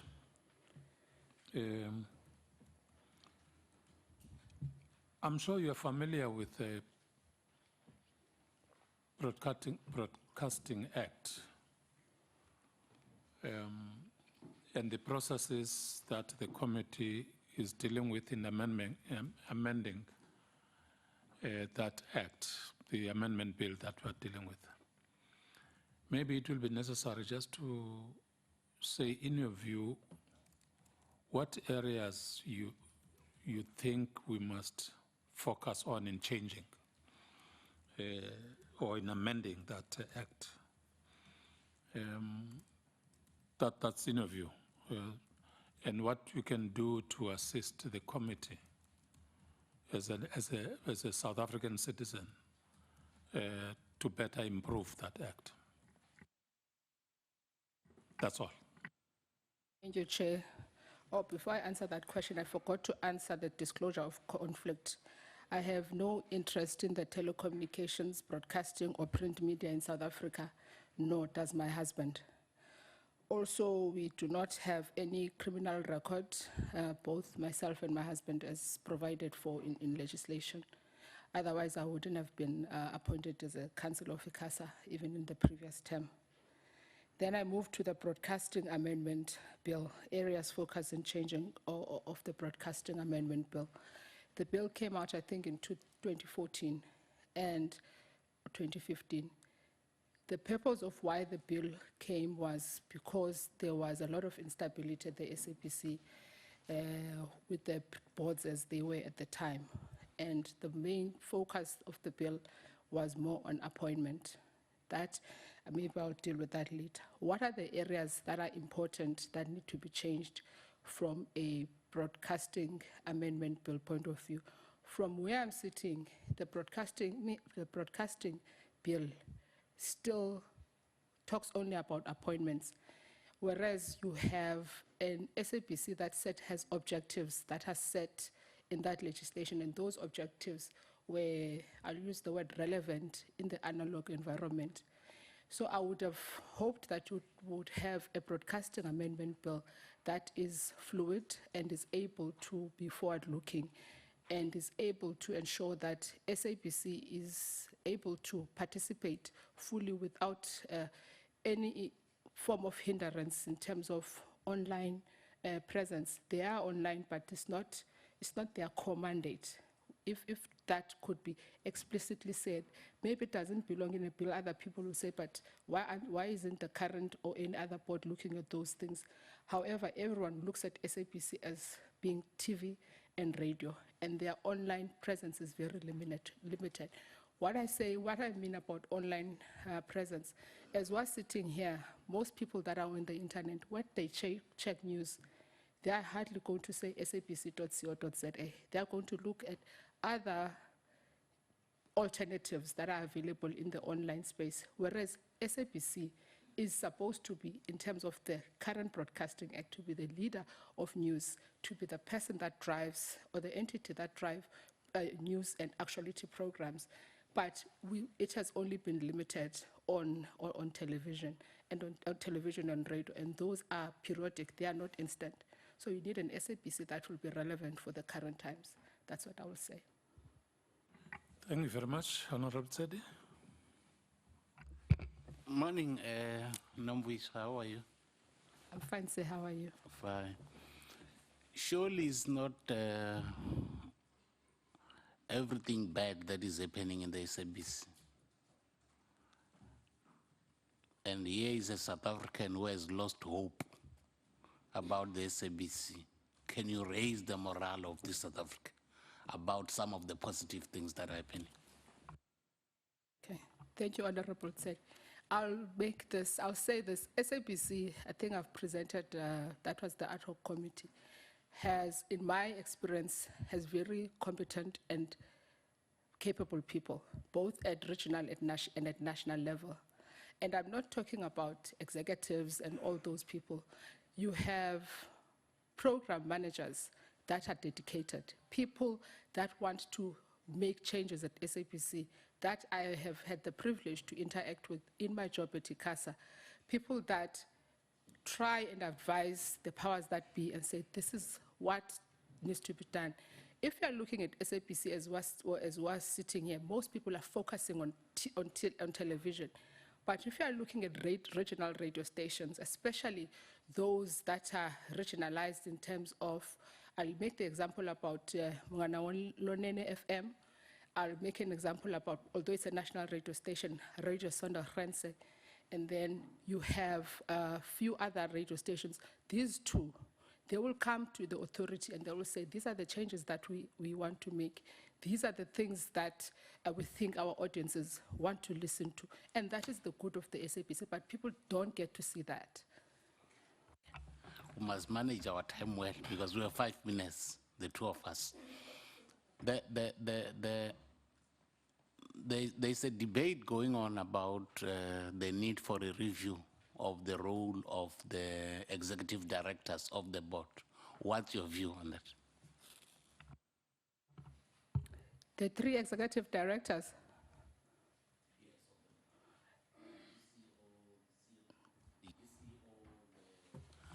COO and the CFO. Some are saying, why don't we review their powers and role in the board? Thank you.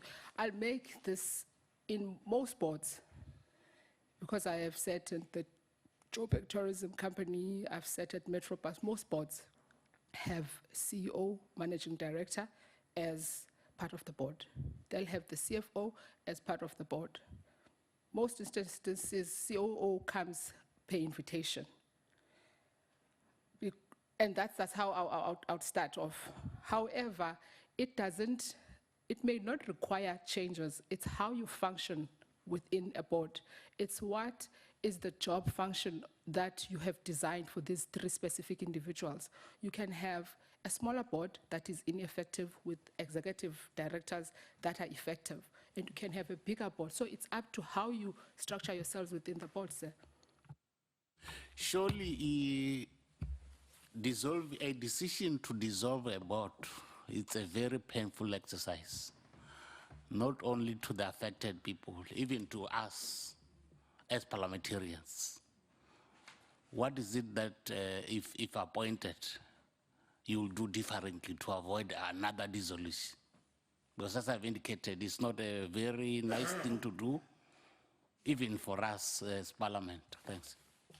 Thank you. The things that I would do differently, one of the things that I noticed was that at all sittings that I've attended, I have never seen a complete plan by the SABC being presented to Parliament. That is the annual performance plan. They will talk to it, but I've never seen, like going through the slide. That's the first thing. Secondly, you need to engage your stakeholders. By stakeholders, it means the public out there. SABC as an entity exists because of its viewers and because of its audiences.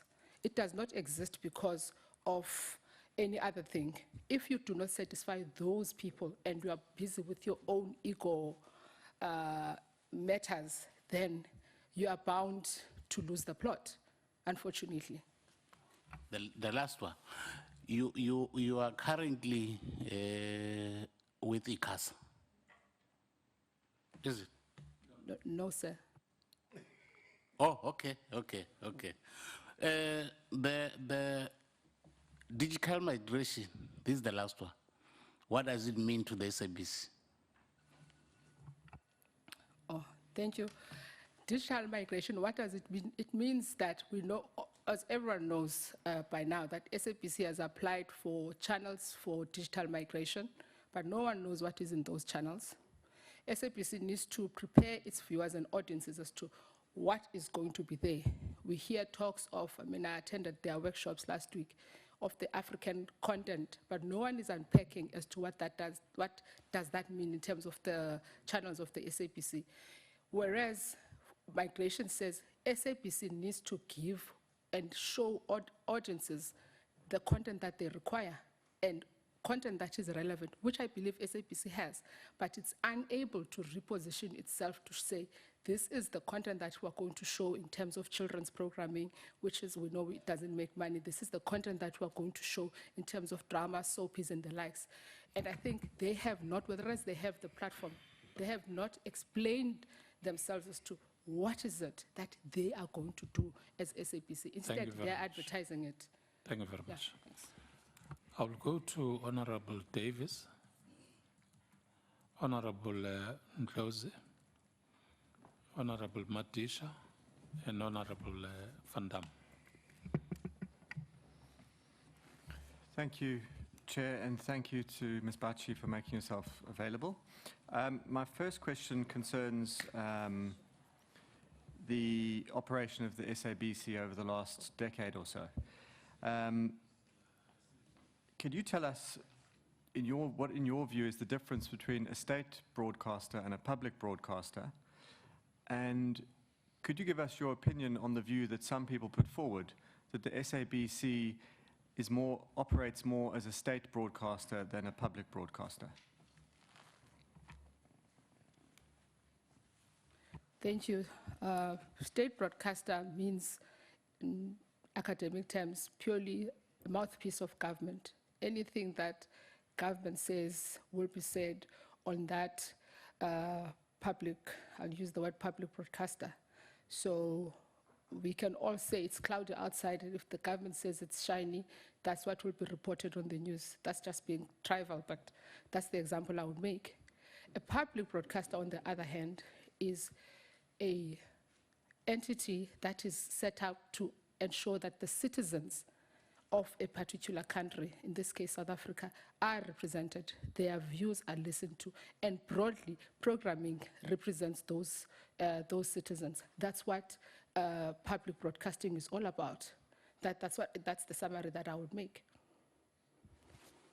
Okay, that's fine, thank you. You've obviously got experience as an Akasa councillor. From your experience at Akasa, what would you say are the key weaknesses of the SABC in terms of living up to its license conditions? And how would you rectify these weaknesses if you were appointed to the SABC board? Thank you. SABC I'll make an example about radio, has challenges in terms of just meeting basic quotas, let's say, on persons with disabilities. Those are the small issues. However, the major issue that we identified at the SABC, which the SABC, unfortunately, regulatory team agreed with Akasa, was around interference in the newsroom, the chatting, and how people will voice their views, and those type of things.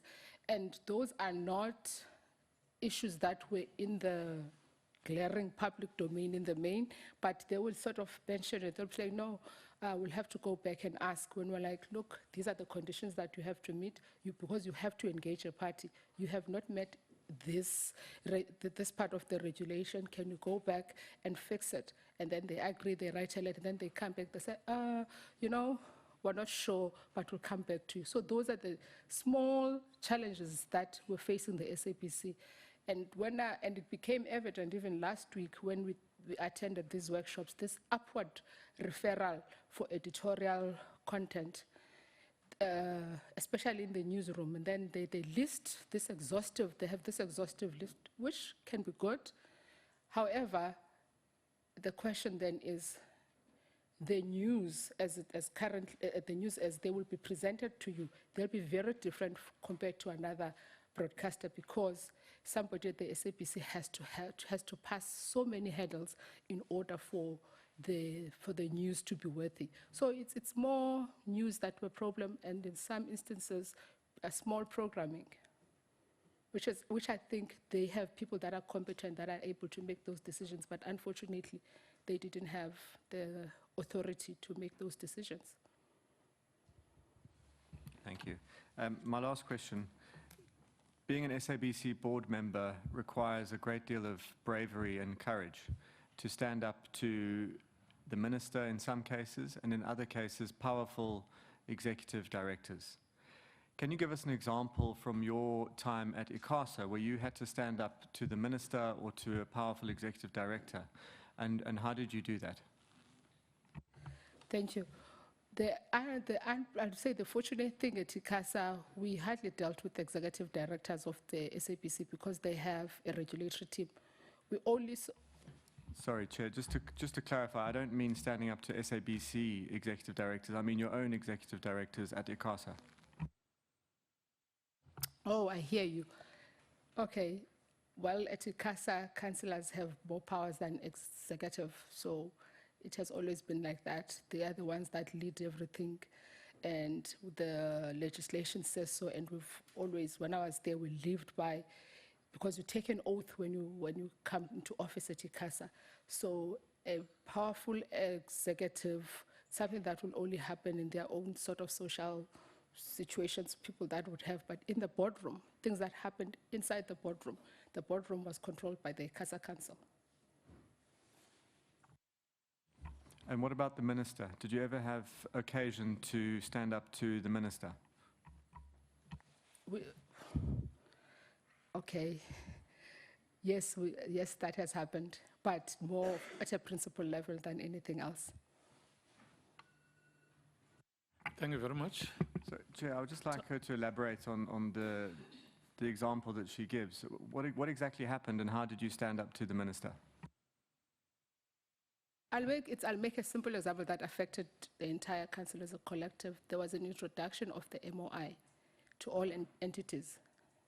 And Akasa, we wrote and we engaged the minister, and we said no, that the MOI is changing the legislative framework and we cannot be signatory to it. And at the end, we ended up not signing it. Thank you very much, Honorable Ndozi and Matisha. Thanks. You claim, or rather, as I understand you, do I understand you correctly that in your observation, the SABC doesn't have a lot of online presence? Is that correct? As far as every stat that you showed, SABC does not have a lot of online presence. So on Twitter here, the SABC has 885,000 followers. On YouTube, it's got subscriptions of 76,000 viewers. It's got uploaded more than 70,000 videos. That's, I mean, comparing to, for instance, ENCA that has only 132 subscribers on YouTube. On Facebook, it's got 638,000 followers. Isn't that online presence? Thank you for that question. That is not online presence. Okay. Remember, now we're working on during migration, even currently, although it's still light, there is what people call interactive television. That's the first part. So you have to, let's say, I'll make the example, let's say Stingway is playing. Then you need to show how many people have commented, let's say, on a specific episode of Stingway. That's just the basic one, the Facebook that you're talking about.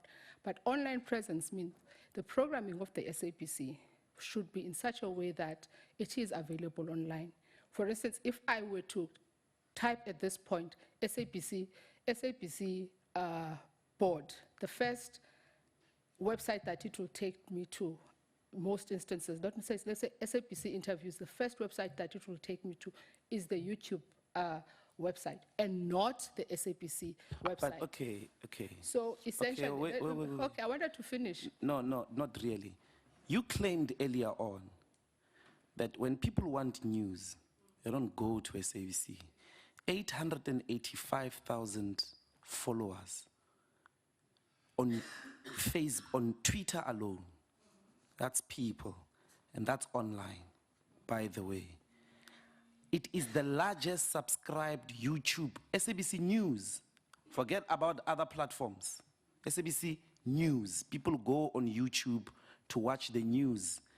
They upload actually very fast. You can watch a bulletin at 7. It might be available an hour later. The same bulletin. They've got some of the largest watched videos that go above millions.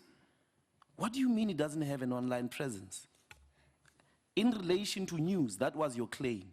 We'll come to Jovicho just now. News, as things stands, the largest people that have presence online is your EWN. It is your... On Twitter, EWN has 730 followers. EWN. SABC News is at 885. Chair, may I finish? Remember, I think you are, I don't want to say, you are putting two things that are not related.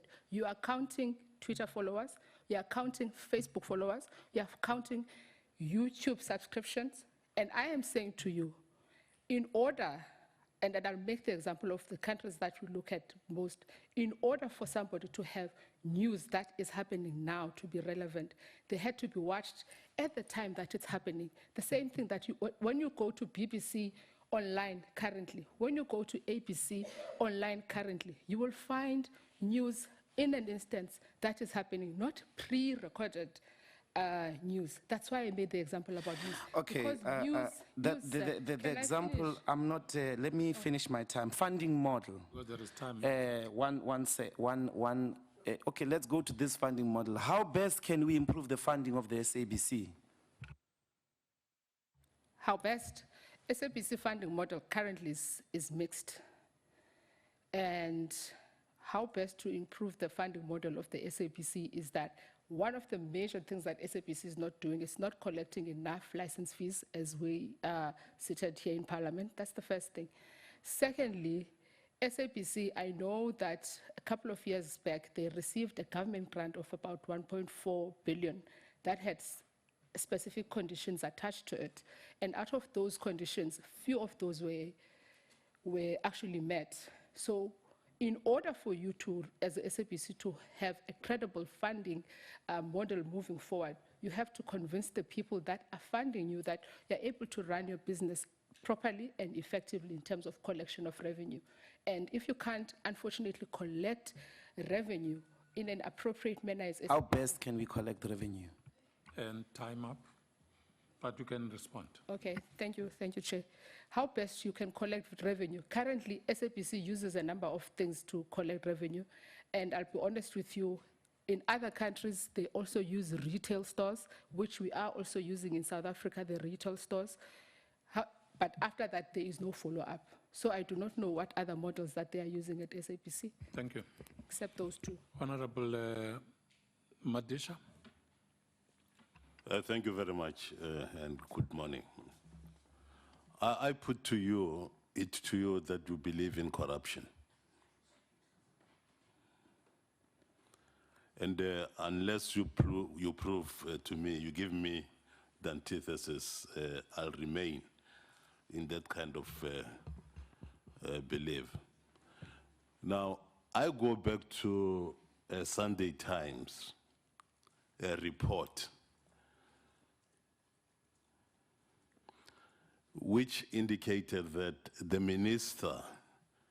then minister, Faith Mutambi, attempted to unduly influence you by offering you the position of chairwoman of Akasa in return for you giving a TV broadcasting license to a Gupta-owned broadcasting company. Is this correct?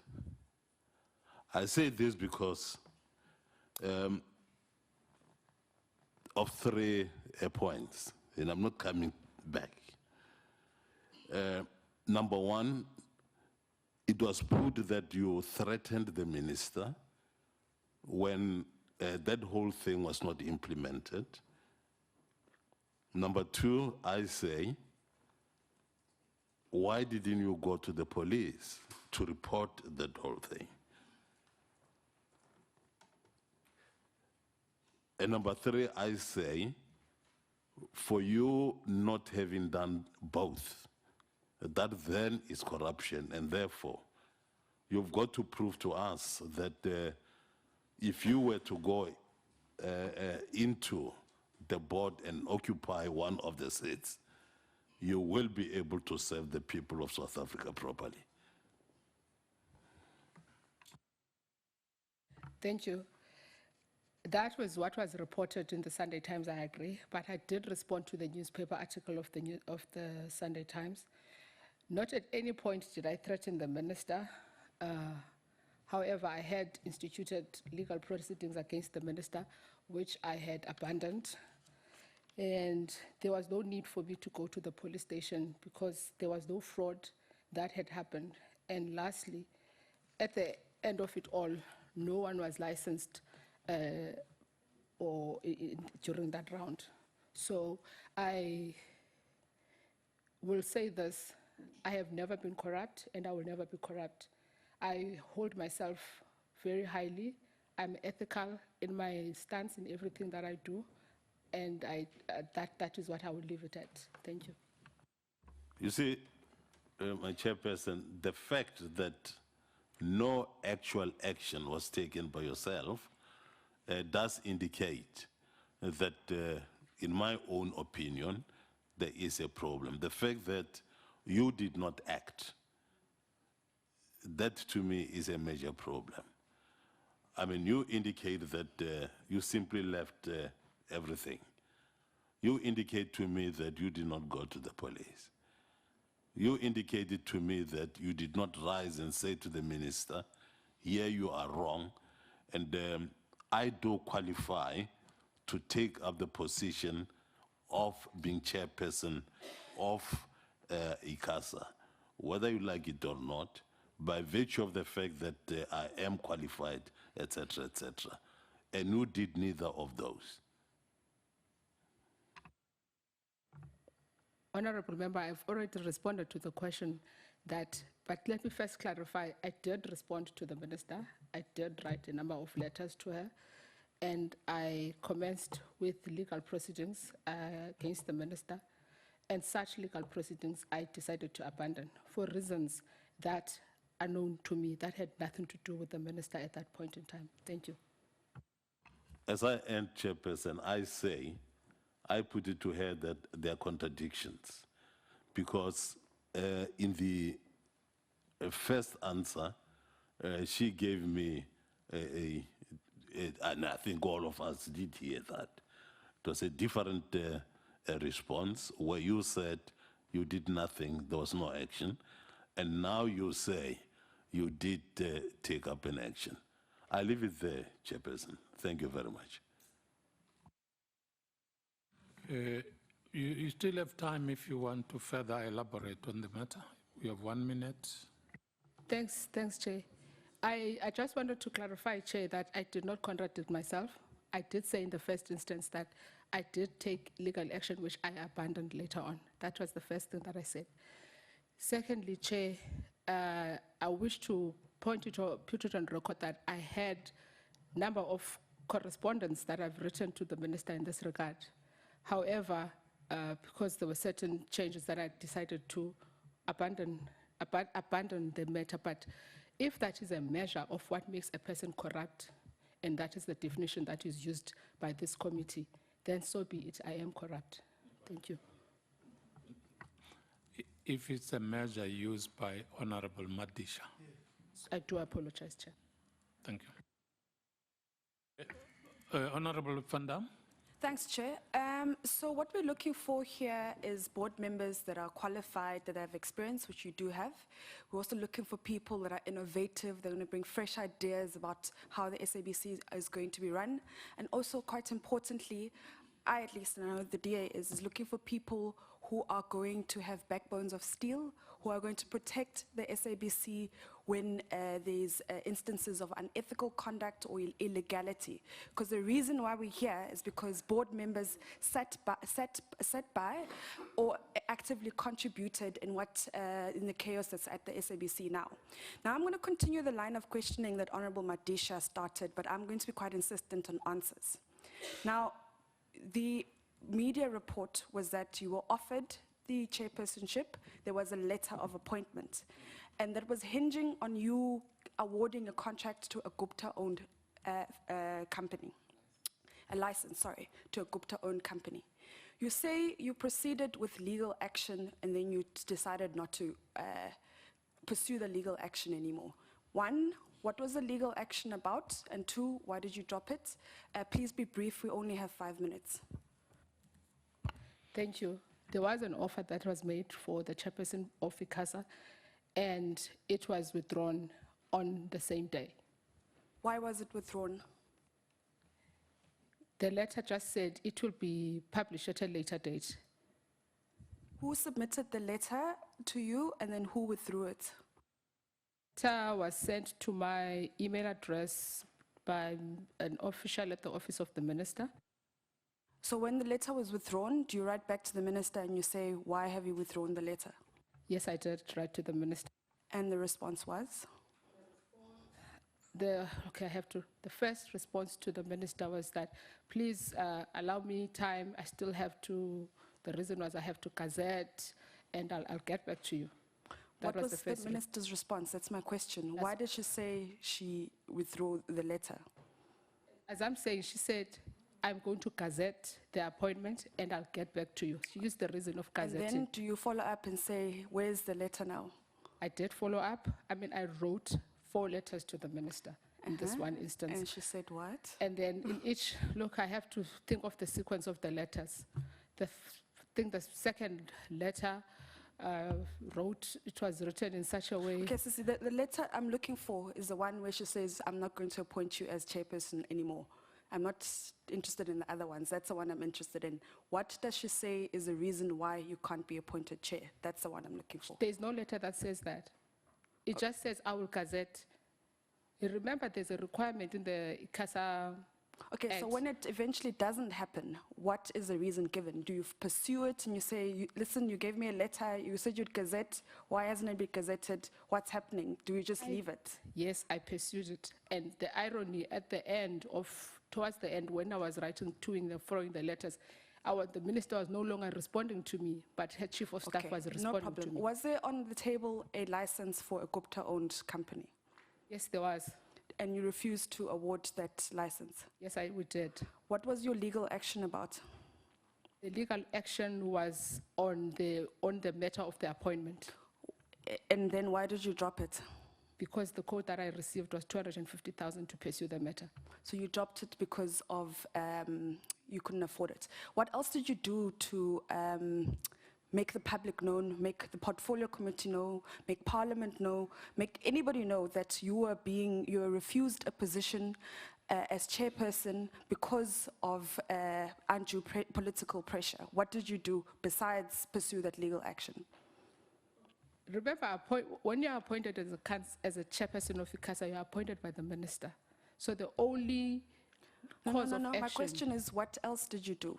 The cause of action that I have is against the minister. It's not against the committee. So other than the legal action, you just left it and you let it go, despite there being political interference at Akasa, despite there being undue pressure, despite being an illegality, you did nothing besides attempt to pursue legal action. That's what I did, because that is the correct thing to do. Okay, do you see the difficult position we're in? Because we want to appoint people onto the SABC board who will let us know, because we're not there as members of Parliament on the board. We rely on the board members that we appoint to let us know if there's illegalities, if there's unethical conduct. If you were in a similar position at Akasa, and you did nothing. I mean, you pursued legal action. I understand if you can't afford it, but then you do other things.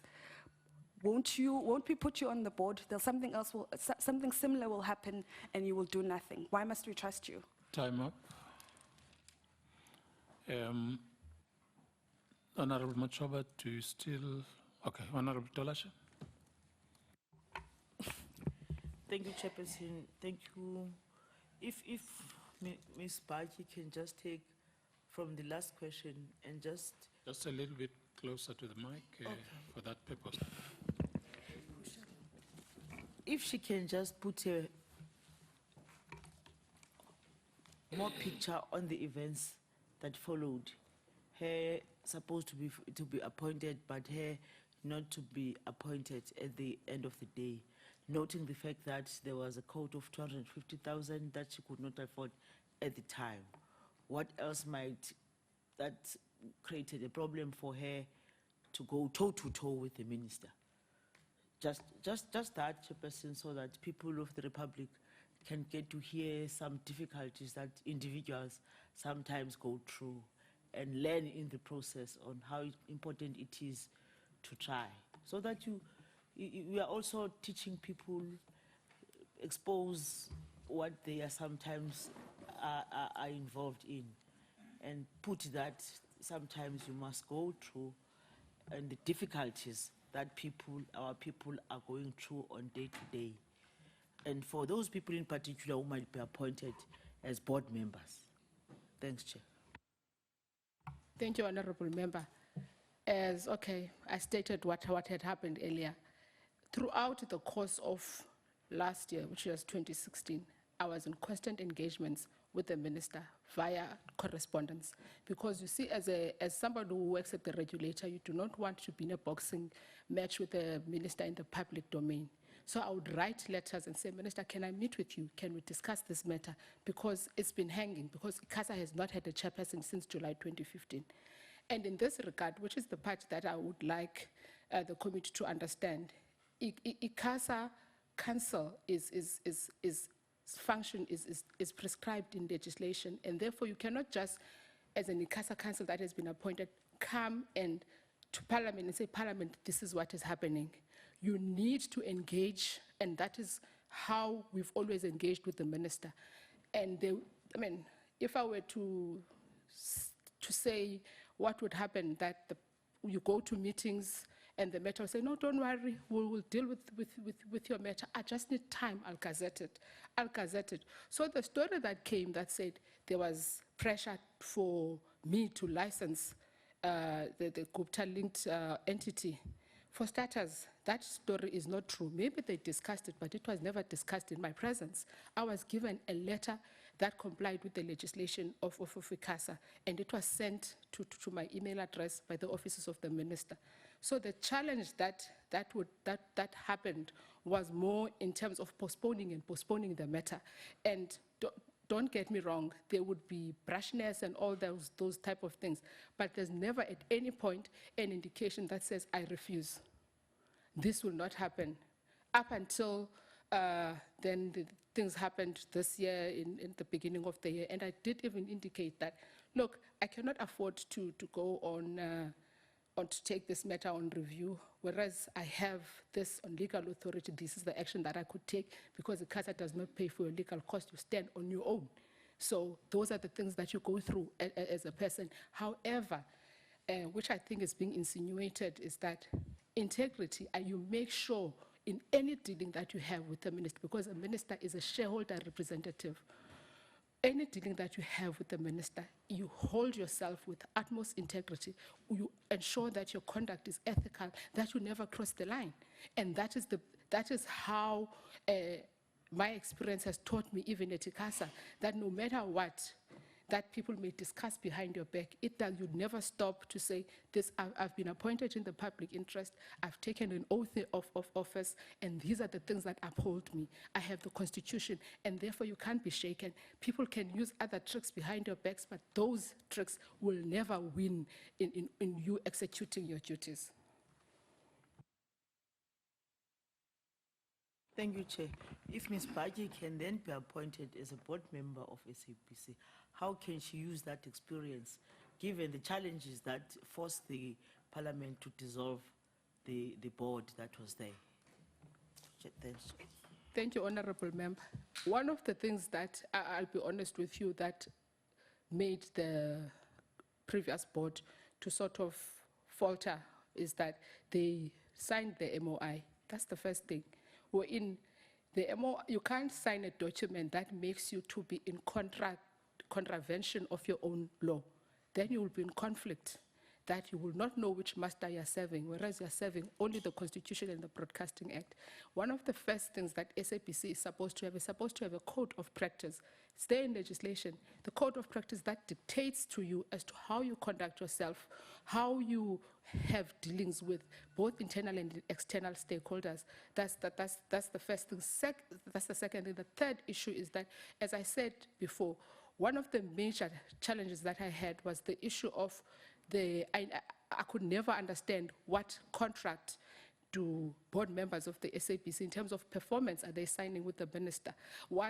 Because you need to identify those beforehand and say, Minister, these are our deliverables for the year. These are the things that we're going to do. And therefore, even if somebody, let's say they appoint another person or whatever happens, then there won't be interference because you have a contract that sets out, which is what Akasa does, that set out what is it that you're supposed to be doing in a particular year. Thank you very much. Honorable Kungbela.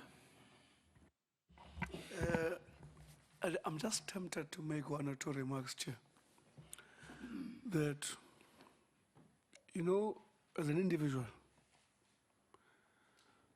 in a possible fraudulent space, you either passively participate or actively participate. You also have your discretionary space. You only have your discretionary space if your conduct does not offend one's right in private law. In public law, if you're not breaking the public law as stated. If somebody can demonstrate to me there's a breach in those, I would listen to this. Otherwise, the answers that are coming here do not demonstrate that to me. So as a matter of principle, I thought it's important to say that. So, but the questions I want to raise is that on the boards, I didn't even say good afternoon, good morning. My 5 minutes is going. The board's charter, there's a section on the board's role in the board's charter. It speaks about the board giving a strategic direction. Immediately, if you've been in the management space, you know what could be spoken about is tactical direction or operational direction.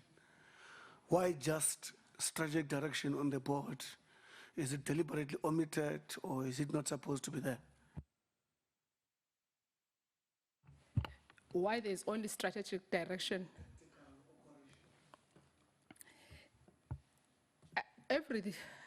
From a SAPC point of view, in the broadcasting space, almost everything that we do in broadcasting is governed and we take our cue from the Triple Inquiry report. And I will tell you that because there was a lot of disjuncture on the state vis-a-vis the board, vis-a-vis management, it has always been viewed that the board is supposed to be dealing only with strategic direction of the entity. And any other thing is delegated to management, the day-to-day running, and including the tactical direction, the corporate plans, and they list those. And that is where I think the Broadcasting Act took that principle from, because we're still living by that Triple Inquiry report as people in the broadcasting space. Again, in the same section of the board's charter, there's articulation under the section called the role of the board. The charter has got those sections. In the section headed the role of the board. There are corporate governance imperatives there. Can you list for the committee those which you know? The one that I can recall is about ethical leadership. It's mentioned in that section of the Broadcasting Act. And I know that also viewership, that plurality of views is mentioned. And then it's mentioned specifically as a form of directing the SABC. And at this point, I think I know there's a third one that talks about, and I'm trying to think, and it just escapes me at this point.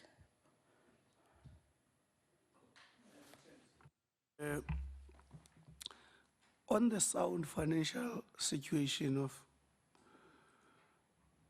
the institution as obligated to the board, what do you think are the threats to that situation as we speak on the SABC, currently as we speak? Thank you. The major threat is lack of discipline, which is financial management. I think this committee has seen how, from a finance point of view, there was clear no measures that were put in place in order to ensure that there's discipline. We use words such as discipline when I was at Akasa, wherein you'll have your controls in place. You make sure that you minimize, because I know it's difficult to avoid, you minimize your irregular and fruitless expenditure, those type of things. That is the major thing that is facing the SABC in the immediate. I know that there's supposed to be the interim board report, which I haven't seen, but those are the things that I know on top of my head that were visible. Okay.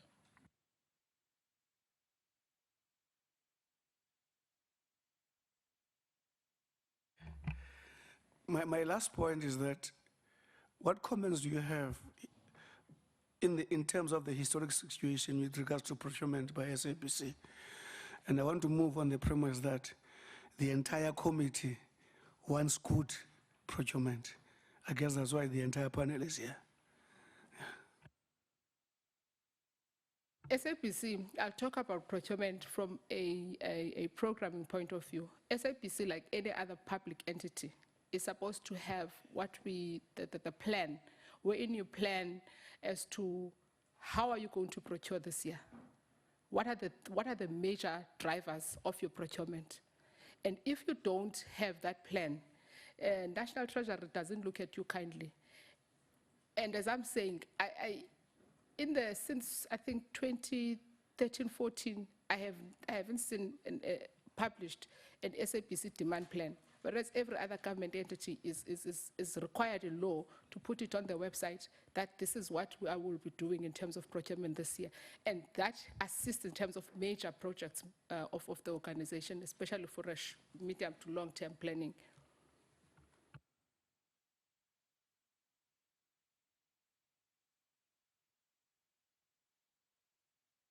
Thank you very much, Chair. I asked you earlier if you'd ever personally stood up to the minister, and you gave an answer that was quite vague about the MOI. That was your golden opportunity to tell us about the minister's attempt to bribe you to become the chairperson of Akasa. Why did you not mention that when I asked you about standing up to the minister? Why did you take no action against the minister at the time? And given your track record, how could we expect you as an SABC board member to stand up to political interference and corruption in the future? 1 minute is gone. I don't know if there will be an answer. Because don't take a minute putting a question, because there will be no answer. Respond, man. Thank you, Chair. Thank you, Mr. Honorable Member Davis.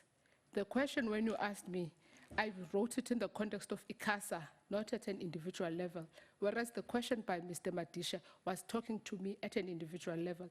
As a result, I responded to that question in the context of Akasa, because if you recall how the question what you asked was what you're talking about from my experience at Akasa, and that's how I responded to it. I wasn't hiding anything, whereas that one was specific. Whereas this one, okay. But the minister attempted to bribe you in your capacity as an Akasa councillor, surely? No, through you, Chair. No, I think, I don't want to raise a point of order with regard to this matter. We agreed that there will be no follow-ups, but I don't think this must be abused. When I give someone a chance, it must not be abused. Please, because you disadvantage all of us, you disadvantage the candidate. Even if they are very, very strong views, please, let's not do that. But let me say that I will give Honorable Ndoze and I'll give Honorable Kungubele and Honorable Kalako. Kalako will be questioned for the first time. Kungubele will be making a follow-up, and Kalako will make a follow-up, and that will be all. Honorable Ndoze? Ms. Paki, you must speak without fear or favor. This is an opportunity to redeem yourself. I read those articles, I had a different interpretation. My sense is that you stood your ground and said, no, you will not give the Guptas a license, and therefore you were marginalized. This is an opportunity to speak clearly. What was the situation? Please redeem yourself or implicate yourself. That's what the question is trying to do. We're not burying you. We're giving you an opportunity to clarify yourself properly. Did you resist that? And is that the reason why, in your view, you were marginalized?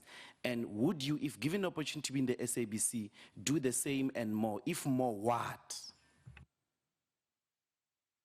Thank you, Honorable Member. I'm just going to, I always, when I talk about this story, I say, just recall what was happening on the day I received the letter. Because I received the letter sitting at a conference at Sandton Convention Center. I never met with the minister. It came from her office. Whatever that was discussed, that was appeared in the newspaper, it was not discussed in my presence. Because I even said so even to the journalist when he phoned me and says, there's a source that said you were. I said, no, you can check your records. I was at a conference. However, when the letter came out, it came on the eve of the cabinet reshuffle of December, and that's the only reason I could think of. I never, at that particular point, thought it was otherwise. Up until then, other things, people started saying, no, but these were the journalist, when he came in and conducted, these are the allegations that are being said. I said, no, I received the letter. I can even show you and send you how I received the letter, and I have proof that I was sitting elsewhere in Sandton at that day. Okay. Honorable Kalako? No. No, Chair. Thank you, Chair. Mrs. Pache, I think we, as I understand, just one question, because we all read these things on the papers. Just to clarify me, did you get, after your appointment, because that's what the article says, you are appointed to a position, you have to be chair, you are given a condition that you can be appointed for the duration of the time if you are going to give the license to the Guptas. That's what is on the paper. We have not heard it from you. It's the first time we're interfacing with you. You are going to be only if you do that. Firstly, I want to get from you, was that the fact?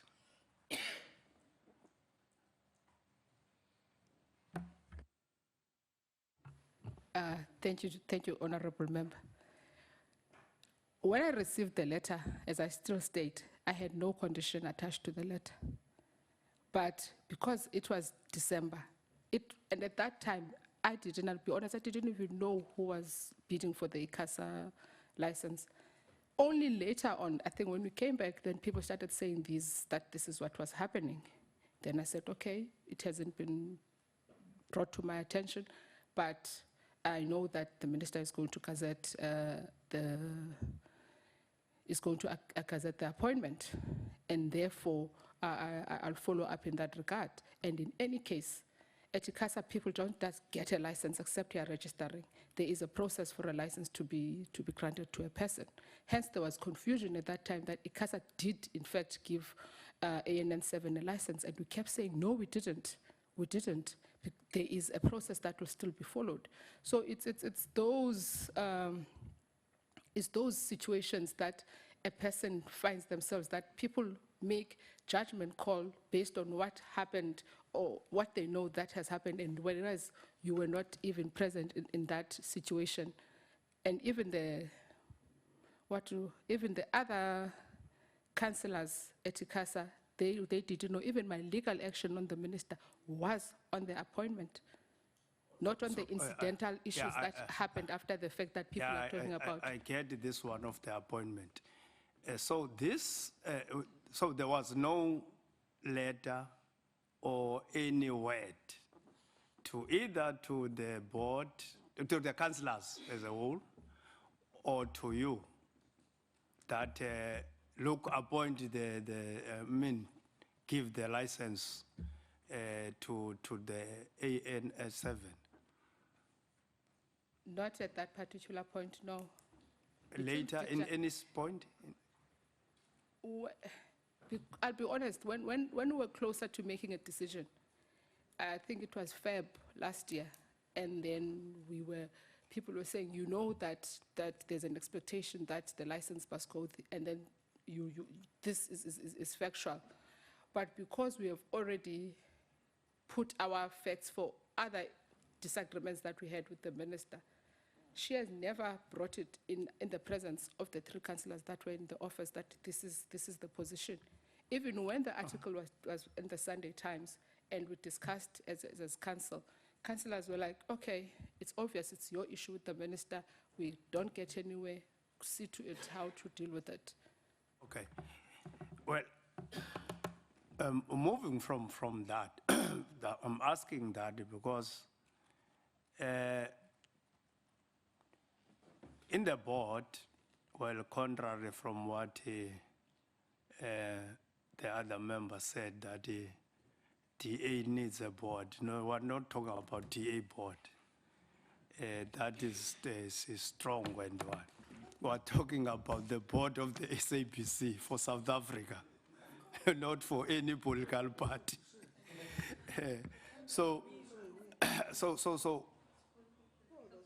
because we wanted the characters which will resist. If you can convince me that irrespective of any sector, any circle, where any such messages, as whether wrongly or rightly appeared on newspapers, you'll be able to repel them based on the laws of this country and on the statutes governing the SABC, because that's all what we want. We want people with that credibility, want people who will stand firm on what is right and what is legal.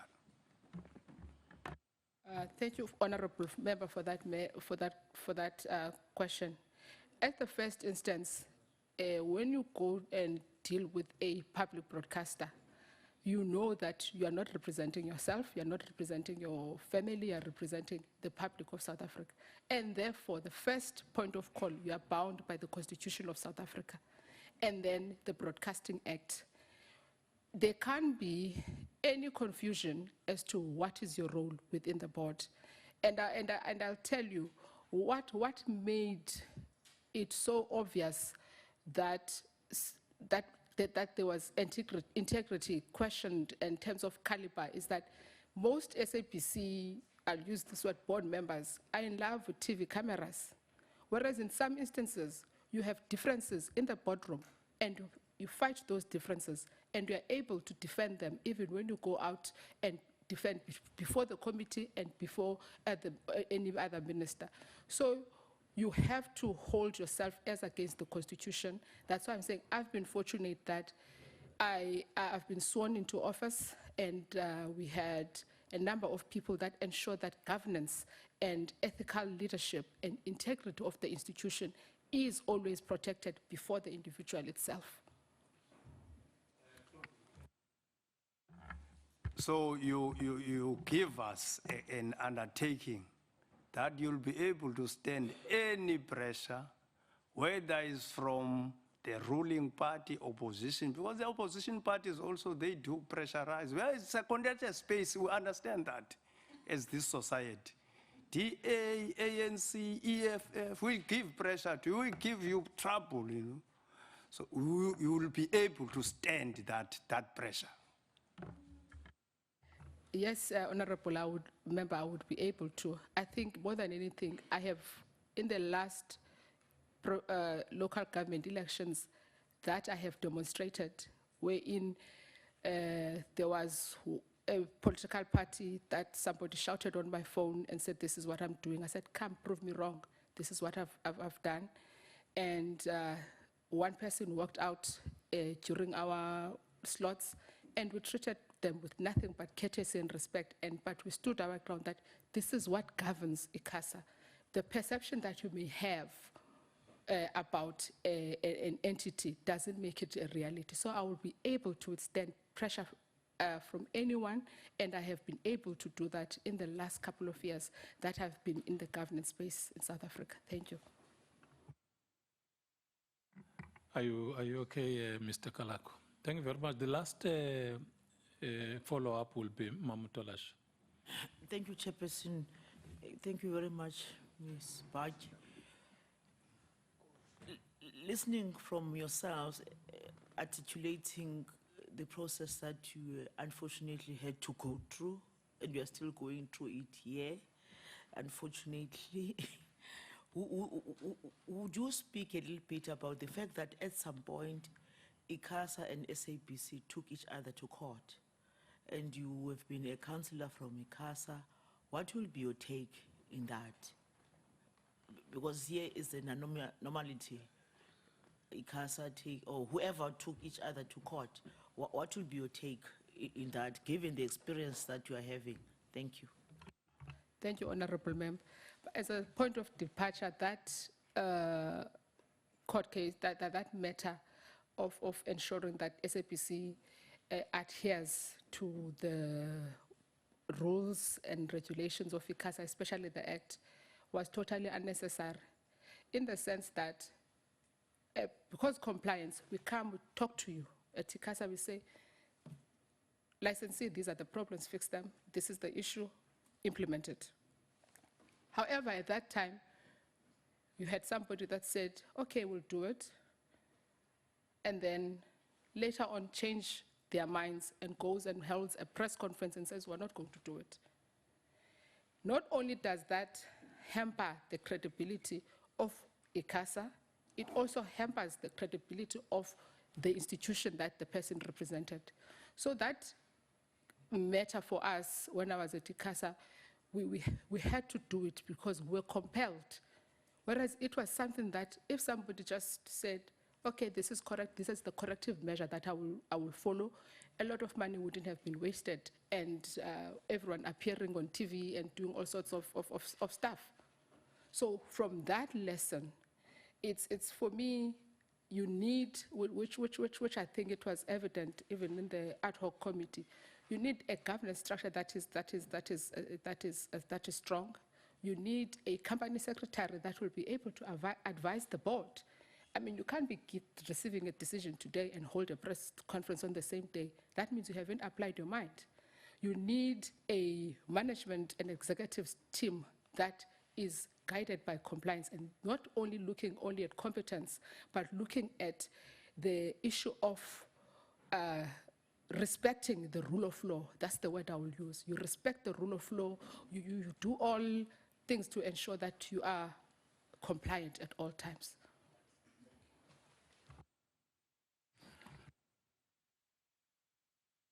Thank you very much, Ms. Sabc. I've given my 5 minutes to these follow-ups, so I won't ask any question.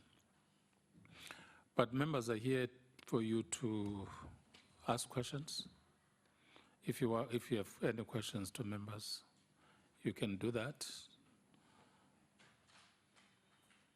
I just have two, is that fine? Yeah. Okay, thank you, Chair. I wanted to find out, because I know the SAPC reports, and the question doesn't have to, the response doesn't have to come now.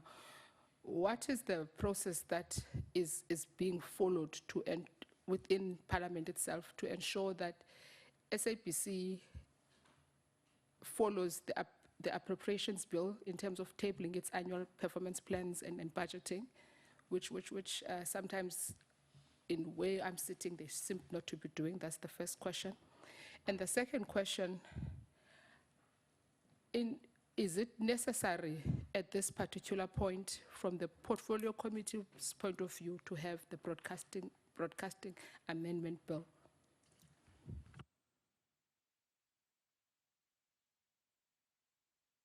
The first question will be responded to by Honorable Davis.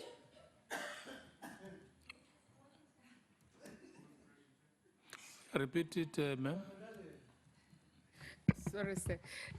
My first question is, what are the steps that are going to be taken by the Portfolio Committee to ensure that SAPC, when it tables its annual performance plan and a budget, it follows the appropriations bill?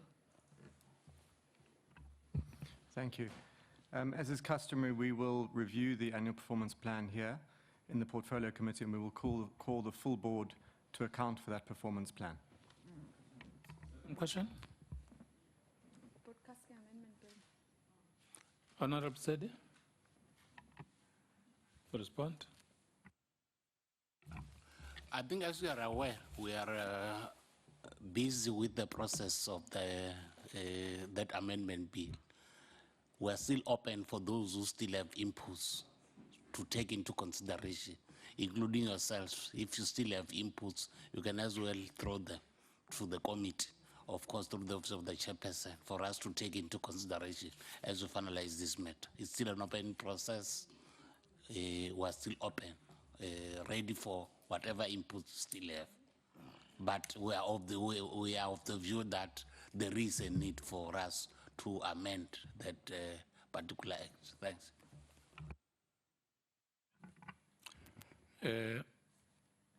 Do you see the need of amending the bill? As it stands, the manner how it's the amendments that have been proposed, I'm not convinced. Okay. We'll ask for public comments at a particular stage, so you are free to contribute. Not here, but when that opportunity is given. So that will be done. Today is the end of Women's Day, 31st of August. Women's Month. It's good to have you, Honorable Doz, because you can patch up on old people. It's the end of Women's Month, and apologies for all women who are participating here, because they should have been in a conference of women, but we agreed that they must be here. Happy Women's Month, Ms. Baki. And if you are driving to Kukule, to drive safely. If you are flying to Johannesburg, fly safely. Thank you very much for your contribution. Members will break for 10 minutes just to have tea. Tea and coffee is outside.